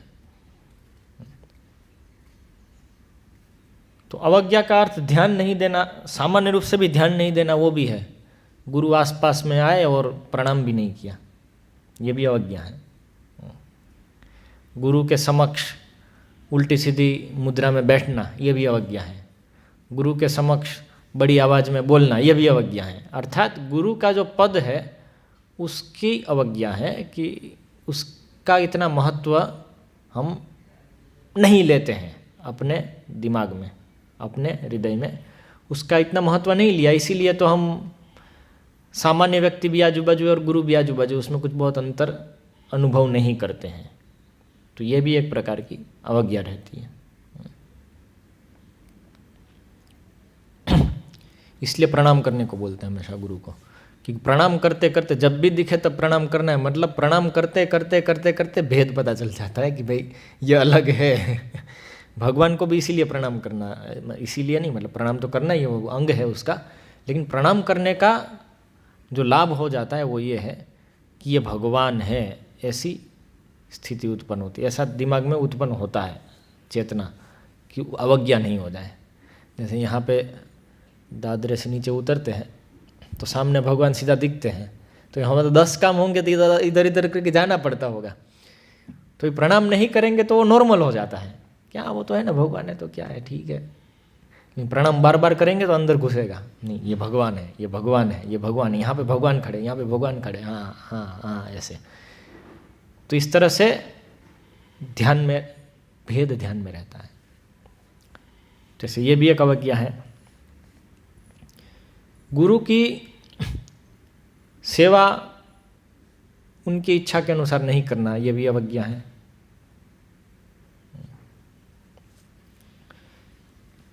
ऐसे अलग अलग प्रकार से गुरु की अवज्ञा होती है। मैं कई बार ये दशापराध के ऊपर बोला हूँ, गुरु और अवज्ञा के ऊपर भी बोला हूँ कई बार अलग अलग जगह पे। तो गुरु और अवज्ञा में अलग अलग चीज़ें जो मैं बोलता हूँ, उसमें से एक प्रकार की अवज्ञा जो बहुत प्राप्त होती है, जो दिखती है भक्तों में, जो लगभग हर एक जगह पे प्राप्त होती है, वो है गुरु से दूर भागते हैं। कि कभी कुछ आदेश दे दिया तो मर गए, फिर अपराध होगा, पालन तो कर नहीं पाएंगे। यहाँ तो गुरु से कुछ पूछना है तो घबराते हैं कि गुरु से पूछ लेंगे फिर गड़बड़ हो जाएगी, इसलिए हमको आके पूछेंगे। क्योंकि हम कुछ बोलेंगे न तो हमको गाली भी दे सकते, गुरु को तो गाली भी नहीं दे सकते। मतलब सामने नहीं देंगे लेकिन पीछे से, हाँ वो तो उसका मत है, छोड़ो। गोली हमको मार सकते, गुरु को तो गोली भी नहीं मार सकते। तो इसलिए डरते हैं गुरु के पास जाने से। कई बार देखा है ना, भक्त लोग बोलते भाई आप बोलो ना, मुझे डर लगता है। ऐसा होता है, डरते हैं गुरु के पास, डरते हैं। क्यों? क्योंकि गुरु कुछ बोल देंगे तो हिल जाएंगे, फिर कुछ कह नहीं सकते हैं। तो ऐसे वो डर रहता है, स्वाभाविक एक डर रहता है। डर है तब तक अच्छा ही है, ऐसा नहीं कि डर अच्छा नहीं है, लेकिन फिर वो डर सही डर होना चाहिए। डर किसका होना चाहिए? कि हम गलत नहीं कर दे, उसका डर होना चाहिए। लेकिन होता क्या है ऐसे डर में कि हमको गलत करना है इसलिए हम डरते हैं। गलत करना है इसलिए हम डरते हैं, तो पूछते नहीं है भाई कर लो ना, क्योंकि पूछेंगे तो फिर मना कर देंगे तो गड़बड़ हो जाएगी। इसलिए कभी मान लो कि कोई हमको कोई ज़मीन, हमको कोई सेंटर खोलना है, अभी गुरु को पहले पूछेंगे मना कर देंगे तो मर जाएंगे, इसलिए हम अभी पीछे से सेंटर खोल लेंगे। बाद में गुरु महाराज देखो इतनी प्रगति हुई प्रचार में, हमको ये सेंटर मिल गया, हम खोल रहे हैं। गुरु महाराज बोलेंगे अरे मुझे पूछा भी नहीं तुमने, मुझे पूछा भी नहीं। नहीं नहीं गुरु महाराज वो क्या है कि अचानक मिल गया, तो ठीक है अभी हम कर सकते हैं, अभी पूछ रहे हैं, आप मना करें तो बंद कर देंगे। तो गुरु महाराज मना तो थोड़ी करेगा, अभी इतना सब कुछ कर लिया तो। ऐसे कई बार सेंटर खुल जाते हैं। ऐसे किसी को कोई पुस्तक लिखनी है वेदांत सूत्र के ऊपर, मुझे टीका लिखनी है। हमारे एक भक्त हैं, वेदांत सूत्र के ऊपर मुझे फ़ोन पे बोले कि मैं अभी वेदांत सूत्र के ऊपर टीका लिख रहा हूँ। बोला अच्छा टीका लिख रहा है वेदांत सूत्र के ऊपर, बहुत बड़ा, प्रभुपाद ने भी नहीं लिखी, आप लिख रहे हैं। तो गुरु से पूछा, गुरु महाराज से पूछा, बोले नहीं नहीं प्रभु डर लगता है, आप पूछ लो ना। मतलब बिना पूछे चालू कैसे कर दिया? बिना पूछे चालू कैसे कर दिया? तुमको लगता है तुम योग्य हो ये टीका लिखने के लिए? लेकिन प्रभु जी ये सबको बहुत मदद करेगी, जैसे व्यासदेव सोचते हैं सबको बहुत मदद करेगी। अन्यथा भक्त लोग समझ नहीं पाते हैं प्रभुपाद को। मैंने ऐसा लिखा है कि सब आचार्यों को मिला करके तर्क संग्रह इत्यादि सब न्याय शास्त्रों को देख करके वो भाषा में लिखा है कि भक्त इन सब चीज़ को समझ सके तो सभी प्रश्नों का उत्तर दे सकते, इसलिए मैं लिख रहा हूँ टीका। चलो गुरु महाराज को एक बार पूछ लो। नहीं नहीं प्रभु डर लगता है, आप लोग पूछ लो ना। मैं थोड़ी नहीं पूछूंगा, मुझे भी डर लगता है। गुरु बोलेगा कि ये क्यों ऐसा कर रहा है तो मैं क्या बोलूँगा। तो ऐसे डरते हैं। क्यों डरते हैं? क्योंकि हमको कुछ करना है जो हमको पता है गुरु मोस्ट प्रोबेबली मना करेंगे। और ये काफ़ी जगह पे रहता है, ये सामान्य वस्तु है भक्तों में। क्योंकि गुरु की कोई और आदेश दे दिया है, मना कर दिया, तो फिर हमसे तो ये छूटेगा नहीं। तो इसलिए तो इस प्रकार की भी अवज्ञाएं रहती है। इसलिए सामान्य भक्त सोचते हैं कि माफ़ कर देंगे, माफ़ी पाना आसान है अनुमति पाने से ज़्यादा। इसलिए अनुमति मांगने की ज़रूरत नहीं है, पहले कर दो फिर माफ़ी मांग लेना, हो गया। तो इस प्रकार की जो विचारधारा है वो अपराधपूर्ण विचारधारा है। ये गुरु और अवज्ञा है एक प्रकार से, और इसका परिणाम अच्छा नहीं होता है। अभी गुरु तो माफ़ करके चला लेंगे, चलो ठीक है अभी तो क्या करें, लेकिन है ऐसा ना। एक वरिष्ठ भक्त ने बिना पूछे महाराज को अपना पब्लिकेशन खोल दिया, मैं पुस्तकें लिख रहा हूँ ना। अभी प्रचार के लिए ठीक है, ऐसी चीज़ें थोड़ी नहीं कर सकते हैं। उसके बाद तो फिर महाराज तो स्वीकार करते, ठीक है चलो ऐसा है। तो ऐसा एक जगह पे नहीं, हर कई जगह पे ऐसी चीज़ होती है। हम में भी ऐसी चीज़ होती होगी, तो हमको उससे बच के रहना है।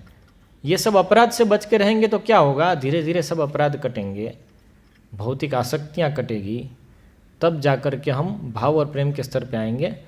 तब जाकर के राधा और कृष्ण की लीला के बारे में याचना भी कर सकते कि भाई हमको अभी इसमें प्रवेश देने का प्रयास करो। हमारे जो उत्कृष्ट शुद्ध भक्त हैं उनसे हम तब याचना भी तब कर सकते जब हम इन सब से ऑलरेडी छूटे हुए हैं, कि भाई अभी हमको थोड़ा इधर रहने का प्रयास करें। हमारी याचना है कि आप हमको राधा कृष्ण सेवा पावो, यही अभिलाषी। ये वास्तव में तो याचना भी हम लोग तब कर सकते हैं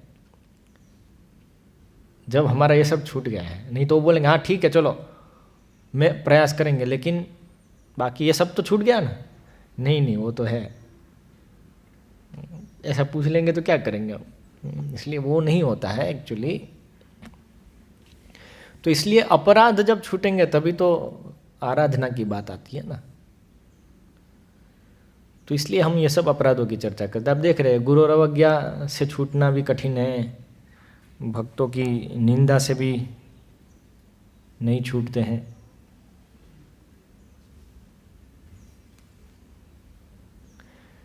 फिर है गुरु और अवज्ञा श्रुति शास्त्र निंदनम। श्रुति शास्त्र, श्रुति मतलब 4 वेद पुराण, इसको कहें श्रुति। क्या हो गया?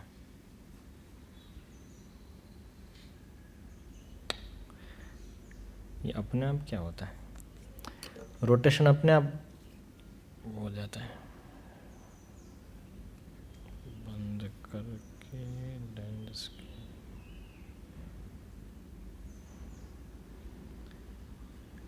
श्रुति मतलब 4 वेद पुराण, और शास्त्र मतलब धर्मशास्त्र, धर्मशास्त्र पंचरात्र। श्रुति नाम धर्मशास्त्र नाम च निंदनम। श्रुतियों का और धर्मशास्त्र का निंदन। धर्मशास्त्र मनु याज्ञवल्क्य इत्यादि शास्त्र, उसका भी निंदा कि ये तो कुछ काम का नहीं है। ऐसी निंदा जो करते हैं ये भी भक्तों में बहुत प्रचलित हो गया है आजकल। धर्मशास्त्रों की निंदा करते हैं, खासकर मनुस्मृति की। प्रभुपाद मनुस्मृति को इतना कोटेशन देते हैं, भक्त लोग उसकी निंदा करते, उससे अपराध करते हैं, उससे घृणा करते हैं मनुस्मृति से। तो श्रुति शास्त्र निंदन ये भी एक अपराध है, इससे हरि नाम में प्रगति नहीं होगी। मुख्य रूप से भक्त लोग ये अपराध करते हैं, वो सोचते हैं कि प्रभुपाद जो बताए बस वही फाइनल है, बाकी कोई शास्त्र की आपको ज़रूरत ही नहीं है। शास्त्र प्रभुपाद से आते हैं, प्रभुपाद शास्त्र से नहीं आते हैं, ऐसा सोचते हैं। इसलिए प्रभुपाद का गुणगान करने में वास्तव में वो प्रभुपाद को नास्तिक स्थापित करते हैं। गुरु, साधु और शास्त्र 3 प्रमाण हैं। ये लोग क्या करते हैं, गुरु गुरु गुरु ऐसा करके बोलते हैं, ऐसा करके बोलते हैं। हमारे लिए गुरु साधु शास्त्र नहीं, हम गुरु गुरु गुरु तीनों हमारे लिए प्रभुपाद है। गुरु भी प्रभुपाद, साधु भी प्रभुपाद और शास्त्र भी प्रभुपाद, हमको और किसी की जरूरत नहीं है। ये श्रुति शास्त्र निंदन है, ये श्रुति शास्त्र निंदन का अपराध है। प्रभुपाद शास्त्र के प्रतिनिधि है, प्रभुपाद साधु के प्रतिनिधि है। ये तीनों जब एक बात बता रहे हैं उसको हम स्वीकार करते हैं, ये सही समझ है। क्योंकि प्रभुपाद को आप शास्त्र और साधु से अलग कर दोगे तब आप प्रभुपाद के वाक्यों का कुछ भी अर्थघटन कर सकते हो, इसलिए अलग किया जाता है। प्रभुपाद ने एक जगह पे एक वस्तु बोली, उसकी विपरीत वस्तु दूसरी जगह पे बोली, तो समाधान क्या आएगा? आपको जो करना है कर सकते हो, ये समाधान आएगा। मैं भी प्रभुपाद के कोट के ऊपर आधारित हूँ और तुम भी प्रभुपाद के कोट, तुम इस तरह से करो, मैं इस तरह से करता हूँ, आपको अनुमति मिल गई। लेकिन यदि वो शास्त्र से कनेक्टेड है प्रभुपाद, यदि साधु प्रमाण से कनेक्टेड है प्रभुपाद, तब क्या होगा? वो 2 वाक्यों में से जो वाक्य साधु और शास्त्र के द्वारा स्वीकृत है वो हम करेंगे, क्योंकि वो तीनों प्रमाण के द्वारा है। और दूसरा जो वाक्य है वो ये सोचना है कि श्रील प्रभुपाद ने किसी न किसी कारण से, टाइम प्लेस सर्कमस्टेंस के कारण कुछ बताया होगा जो उनकी इच्छा नहीं है कि हम इस तरह से पालन करें, इस तरह से समझा जाता है। गुरु साधु शास्त्र 3 प्रमाण, एक प्रमाण नहीं है। तो इसलिए यहाँ पे बताया श्रुति शास्त्र निंदनम, ये नाम अपराध है। श्रुति नाम धर्मशास्त्र नाम च निंदनम।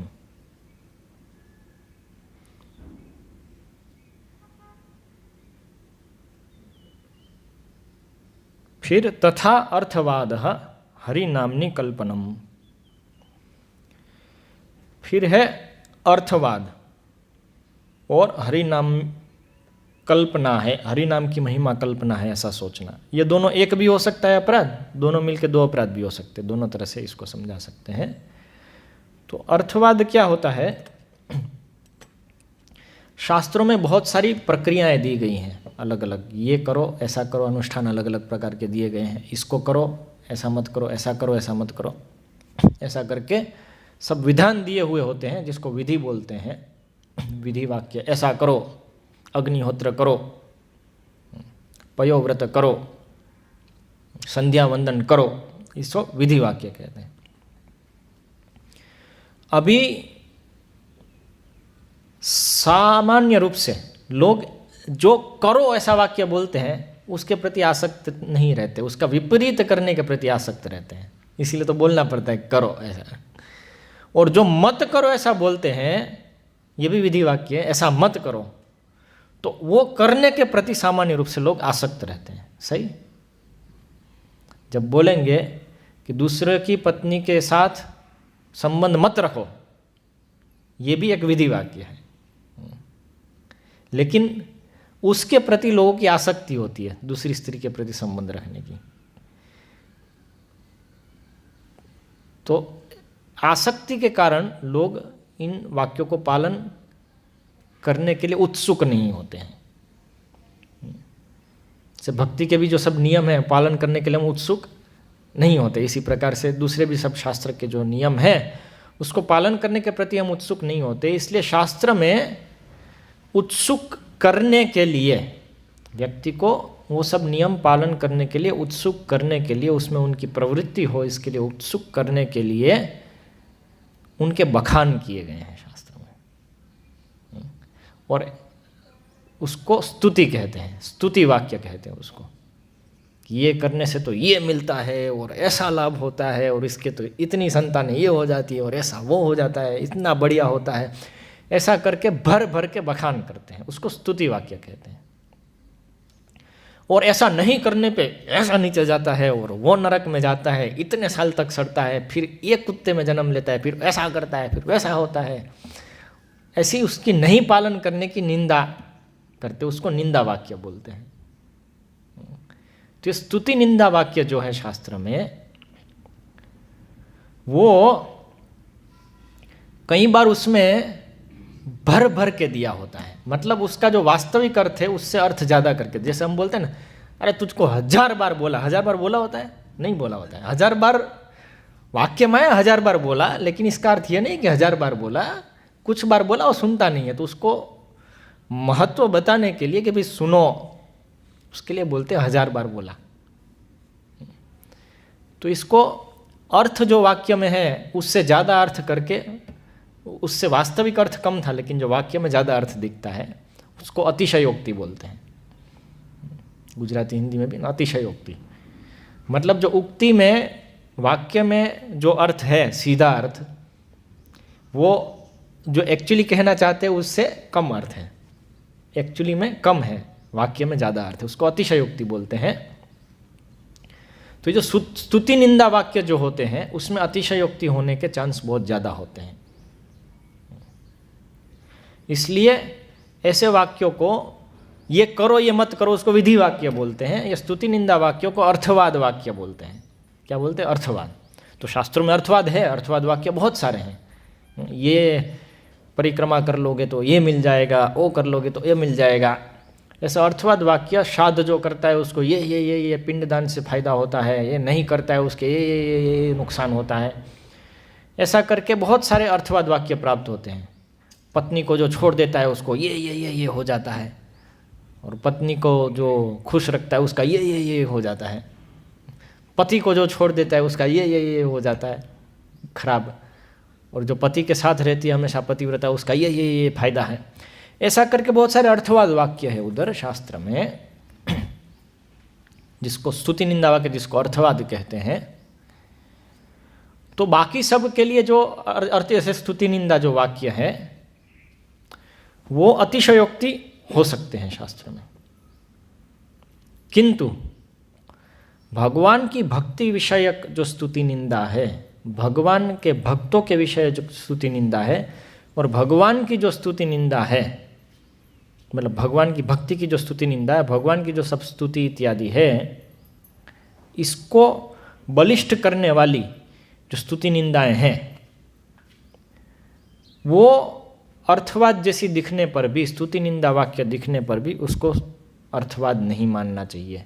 उसको यदि कोई अर्थवाद मानता है तो वो नरक में जाता है, वो नाम का अपराध कर रहा है। ये अर्थवाद है। ऐसा नहीं सोचना चाहिए जब कि एक हरि नाम लेने से पापी ने जितने पाप किए हैं अब तक वो सब क्षय हो जाते हैं, तो ये तो अतिशयोक्ति है। ऐसा थोड़ी ना होता होगा। हाँ, पाप क्षय होते होंगे, लेकिन सभी पाप क्षय तो थोड़ी ना होते होंगे। ऐसा सोचना, ये मतलब ये तो स्तुति निंदा वाक्य न, तो अर्थवाद है। सभी नहीं होता होगा, ज़्यादा बता दिया, इसको अर्थवाद कहते हैं। तो वो अपराध है ऐसा अर्थवाद करना, उसमें ऐसा अर्थवाद करना अपराध है। इसलिए एक अपराध की तरह जब ले रहे हैं तो ये अर्थ है हरि नामनी अर्थवाद कल्पनम, कि हरि नाम में अर्थवाद करना ये एक अपराध है। हरि नाम और भक्ति के विषयक जो भी वाक्य है शास्त्र में, वो कभी अतिशयोक्ति हो ही नहीं सकते हैं। क्यों नहीं हो सकते अतिशयोक्ति? क्योंकि हरि नाम के कितने भी बखान करें कम ही रहते हैं वास्तव में। इसलिए हमेशा कम करके बता रहे ऐसा ही समझना पड़ेगा कि भाई ये तो कम है। इसलिए व्यासदेव बताते एक जगह पे कि जो कहता है कि हरि नाम करने से करोड़ अश्वमेध यज्ञ का फल मिल रहा है तो नरक में जाएगा क्योंकि करोड़ अश्वमेध यज्ञ का फल हरि नाम के फल के सामने कुछ भी नहीं है। इसलिए अतिशयोक्ति हो ही नहीं सकती इन वाक्यों की। इसलिए वो अर्थवाद करना अपराध है, वास्तविकता नहीं है। इसी अर्थवाद को दूसरी प्रकार से यहाँ पे समझाते हैं कि नाम की जो महिमा है, कि नाम लेने से व्यक्ति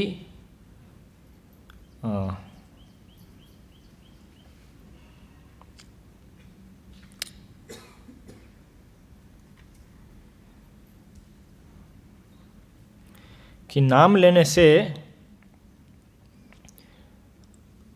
पाप छोड़ देता है, सब उसकी शुद्धि होती है, पाप कटते हैं। इस प्रकार से पूरा भक्ति में प्रगति करता है, अंदर से सब अनर्थ चले जाते हैं, हृदय शुद्धि होती है, मानसिक शांति मिलती है, इत्यादि जो भी सब कुछ है, जो महिमा शास्त्र में भी है, जो अनुभव भी करते हैं भक्त लोग कभी। तो उसको शास्त्रों में जो वाक्य दिए है वो बताया कि ये नाम की महिमा के कारण है, इतना महान है नाम। वो नाम की महिमा को साइड में रख करके उसके कारण को, ये सब शुद्धि के कारण को नाम की महिमा नहीं बता करके ये बताना कि एक्चुअल कारण ऐसा है कि जब आप हरि नाम करते हो तो एक तो मंत्र उस प्रकार से बनाया गया है कि उसका जो वाइब्रेशन है उससे शरीर के अंदर ऐसी ऐसी प्रक्रियाएं होती है कि जिससे बहुत ही अच्छा अनुभव होता है। ब्रेन के सेल्स होते हैं और वो न्यूरॉन्स में ऐसी वेव्स पास होती हैं कि जिससे सब नेगेटिविटी चली जाती है और पॉजिटिविटी अंदर आती है। इस प्रकार का कुछ न कुछ कारण देना, किसी न किसी प्रकार से दूसरा कारण देना, हरि नाम के महिमा के अलावा दूसरा कारण देना कि हरि नाम से कैसे लोग की प्रगति होती है, ये अर्थवाद है। दूसरे कारण को कल्पन करना। तो इसलिए इससे ये दो अपराध इस प्रकार से दिखते हैं कि इसमें हरि नाम बताया वो तो कल्पना है, वो तो कल्पना की कि हरि नाम से होता है। वास्तव में यह प्रभाव हरि नाम लेने के कारण ये हो रहा है, इसके कारण ये प्रभाव हो रहे हैं। वास्तव में इस तरह से बताना ये कल्पना करना है। एक कारण को कल्पना किया हरि नाम के कारण को छोड़ करके, इसलिए ये एक अपराध है ऐसा करना।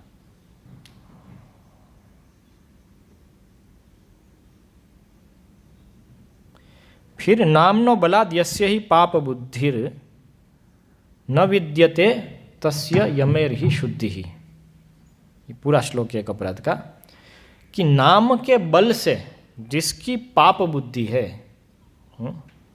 नामनः बलात् नाम ग्रहणेन पाप क्षयो भवेद इति बुद्धि ही इति अर्थ, कि नाम के बल से पाप क्षय हो जाएंगे,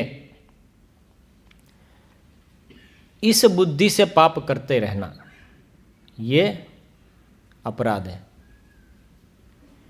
नाम लेते हैं और पाप भी करते हैं, और नाम ले रहे हैं ना तो कोई चिंता नहीं है, ठीक हो जाएगा सब, इसलिए पाप करते रहो। तो ये जो है वो अपराध है, बहुत बड़ा अपराध है।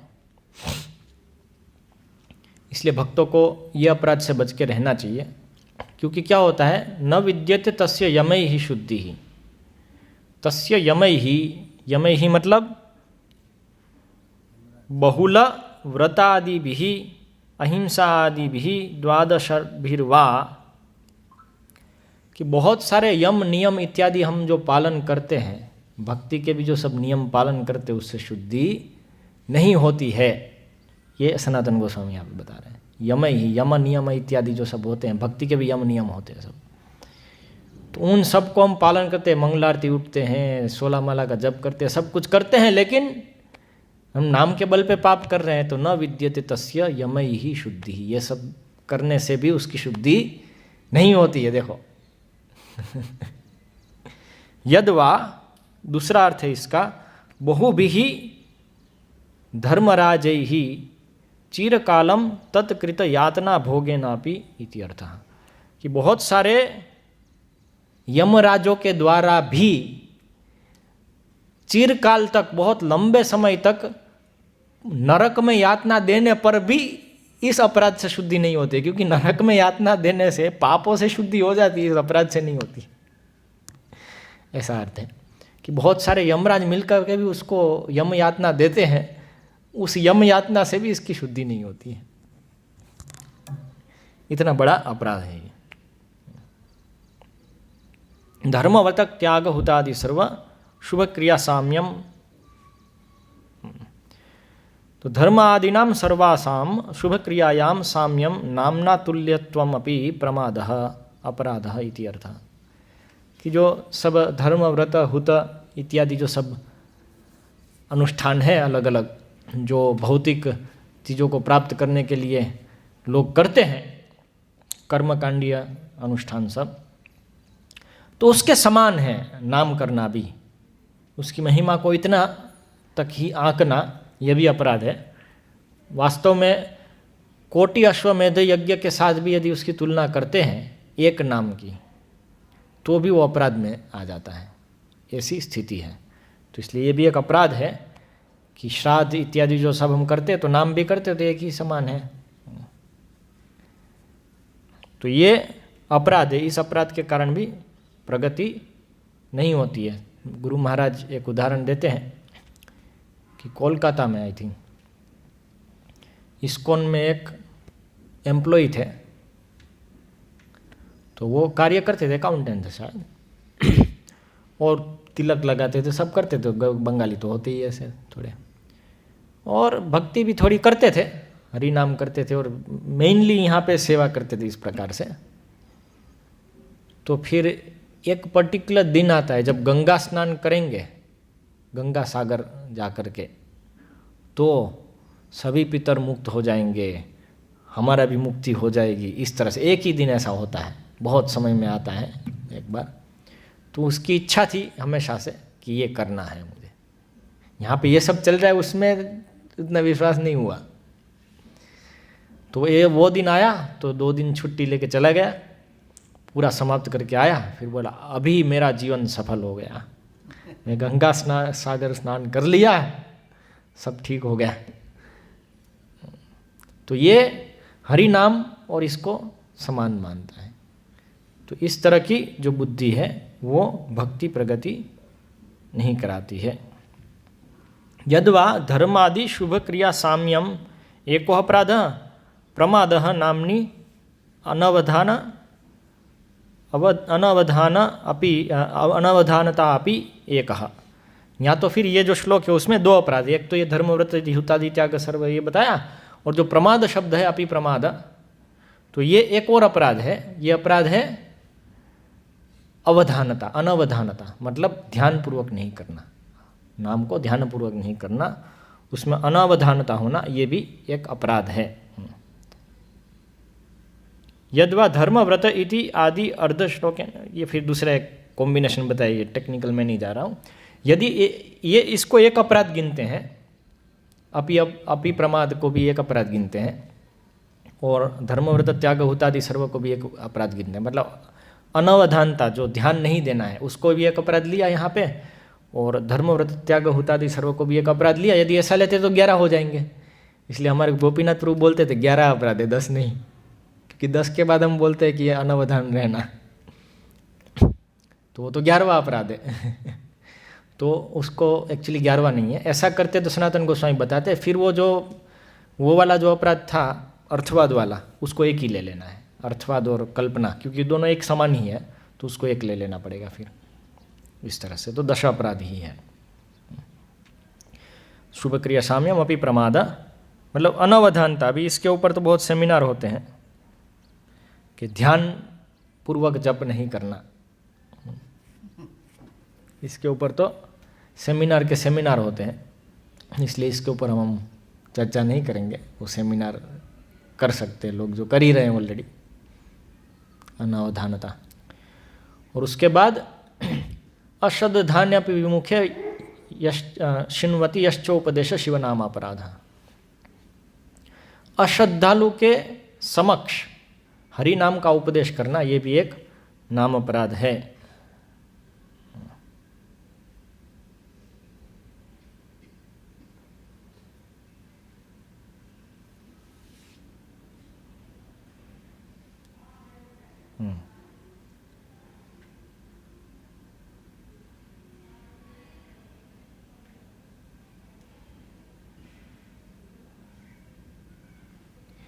उपदेश का एक अर्थ दीक्षा भी होता है,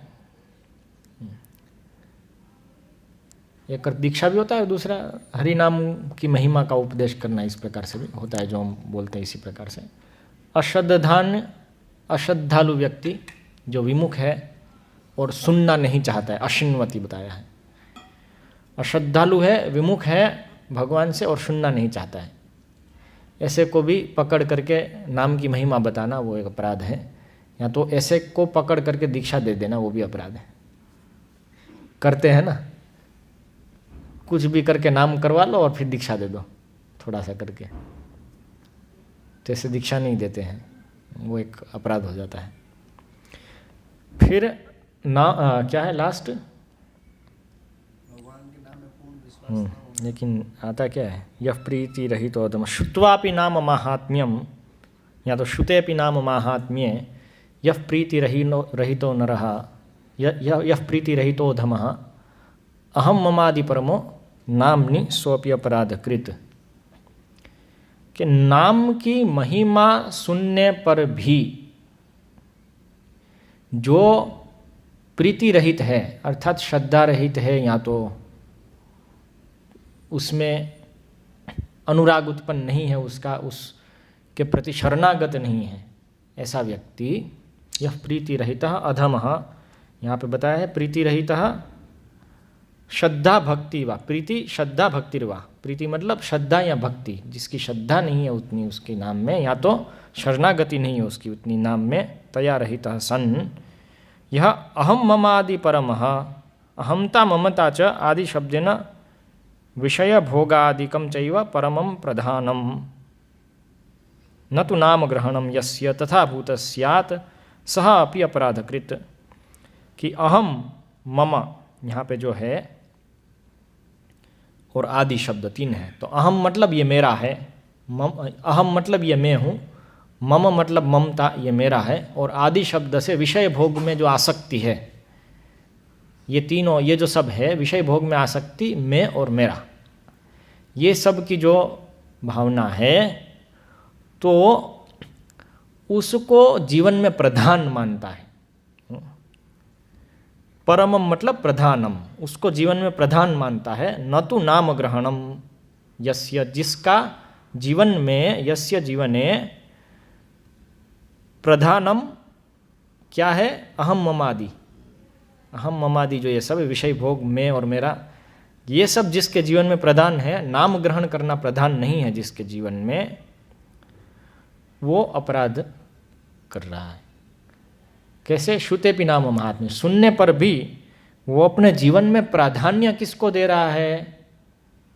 मैं, मेरा और भोगासक्ति। उसको नाम सेकेंडरी है, ये प्राइमरी है। इसलिए भोगासक्ति वाली सब चीज़ों में यदि कुछ खलेल पड़ती है तो नाम साइड में, ऐसे। अर्थात अपने जीवन को उस प्रकार से अरेंज करता है कि भोगादि सब कंप्लीट हो जाए, उसके बाद जो समय बचता है उसमें नाम, उसमें भक्ति। सब कुछ हो गया, उसके बाद जो बचा वो भक्ति को मिलेगा। जैसे वो कुत्ता होता है, उसको सब खा लिया, उसके बाद जो रोटी डाल देते हैं, जो बचा वो उसका। सही ऐसे ही परम प्रधान क्या है वो ऐसे ही होता है ना। जैसे यहाँ पे मान लीजिए कि कुछ भी बनता है, हमारे घर में भी खाने के लिए कुछ बनता है, तो किसके लिए बन रहा है? घर के लोगों के लिए। तो घर के लोग खाते, फिर बचता है तो वो जो भिखारी आते हैं उसको दे देते हैं। तो इसलिए ऐसा नहीं बोलेंगे कि भिखारी के लिए बनाया था।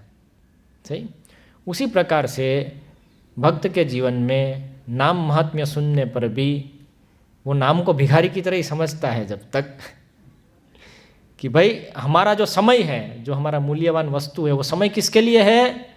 अहम मम इत्यादि जो सब है उसके लिए। उसमें से जो बचा वो नाम को देंगे। ये अहम ममादि परम बोलते हैं उसको। नाम भिखारी है, मुख्य है अहम मम इत्यादि भोग वृत्ति। तो ये एक सरल शब्दों में उसको हम समझ सकते। तो ये यहाँ पे सनातन गोस्वामी बता रहे हैं कि परमम प्रधानम न तो नाम ग्रहणम, अहम मम आदि परमम प्रधानम न तो नाम ग्रहणम यस्य तथा भूत स्यात् सह अपि अपराधकृत, वो भी अपराधकृत है। या तो फिर यद्वा, या तो फिर इसका अर्थ है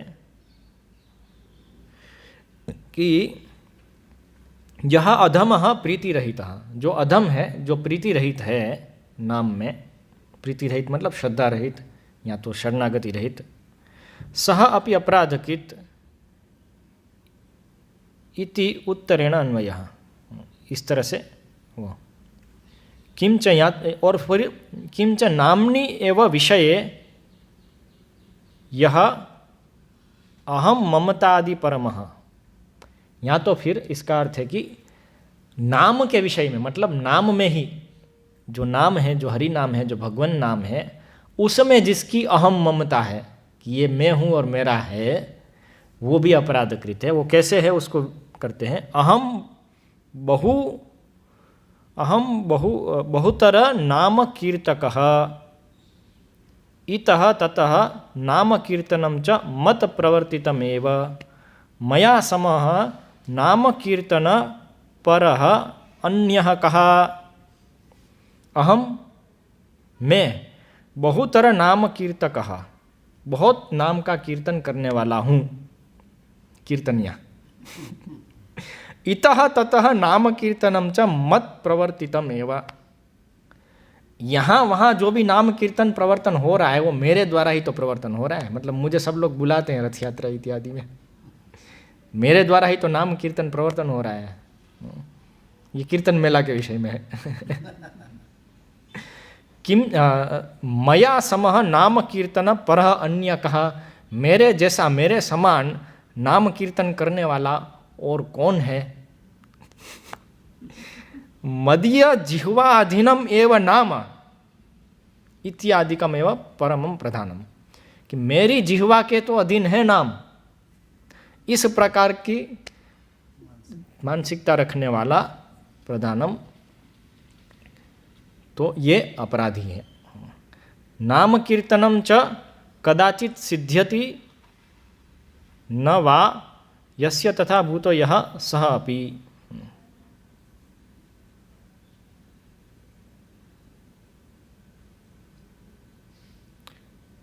अतएव उपदिष्टम भगवता त्रिनादपि सुनीचेन, तरोरपि सहिष्णुना अमानिना मान देना कीर्तनीय सदाहरि। इसीलिए तो भगवान ने नाम करने में ये 4 चीज़ बताई है कि नाम के अंदर अहम ममता नहीं हो जाए ऐसे। तो इस तरह से नाम अपराध है, अलग अलग दूसरे सेवा अपराध इत्यादि भी होते हैं। तो आज के दिन विशेष रूप से श्रीमती राधा रानी के विषय में यदि हमको श्रवण करना है रियली में, तो ये अपराधों को श्रवण करो। नाम अपराध की बात की हमने, फिर सेवा अपराध है उसका श्रवण करो, और जो 64 भक्ति के अंग है तो भक्ति रसामृत सिंधु का जो पहला भाग है 4 में से, उसका श्रवण करो। ये श्रीमती राधा रानी का श्रवण है हमारे लिए, क्योंकि अपराध जाएंगे तभी तो प्रवेश आएगा। अपराध नहीं जाए तब तक तो राधा नहीं है। तो इसलिए श्रवण करना चाहिए आज के दिन अच्छे से, सब नाम अपराध, सेवा अपराध, धाम अपराध इत्यादि। और यही प्रार्थना होनी चाहिए कि अपराध जाए तब तो श्रीमती राधा रानी से जो हमको दूर लेके जा रहा है, अपराध मतलब जो श्रीमती राधा रानी से दूर लेके जा रहा है, तो उसको हटाने की प्रार्थना करें और उसके लिए प्रयास करें। हरे कृष्णा। बहुत समय हो गया, 10 अपराध में काफ़ी समय निकल गया।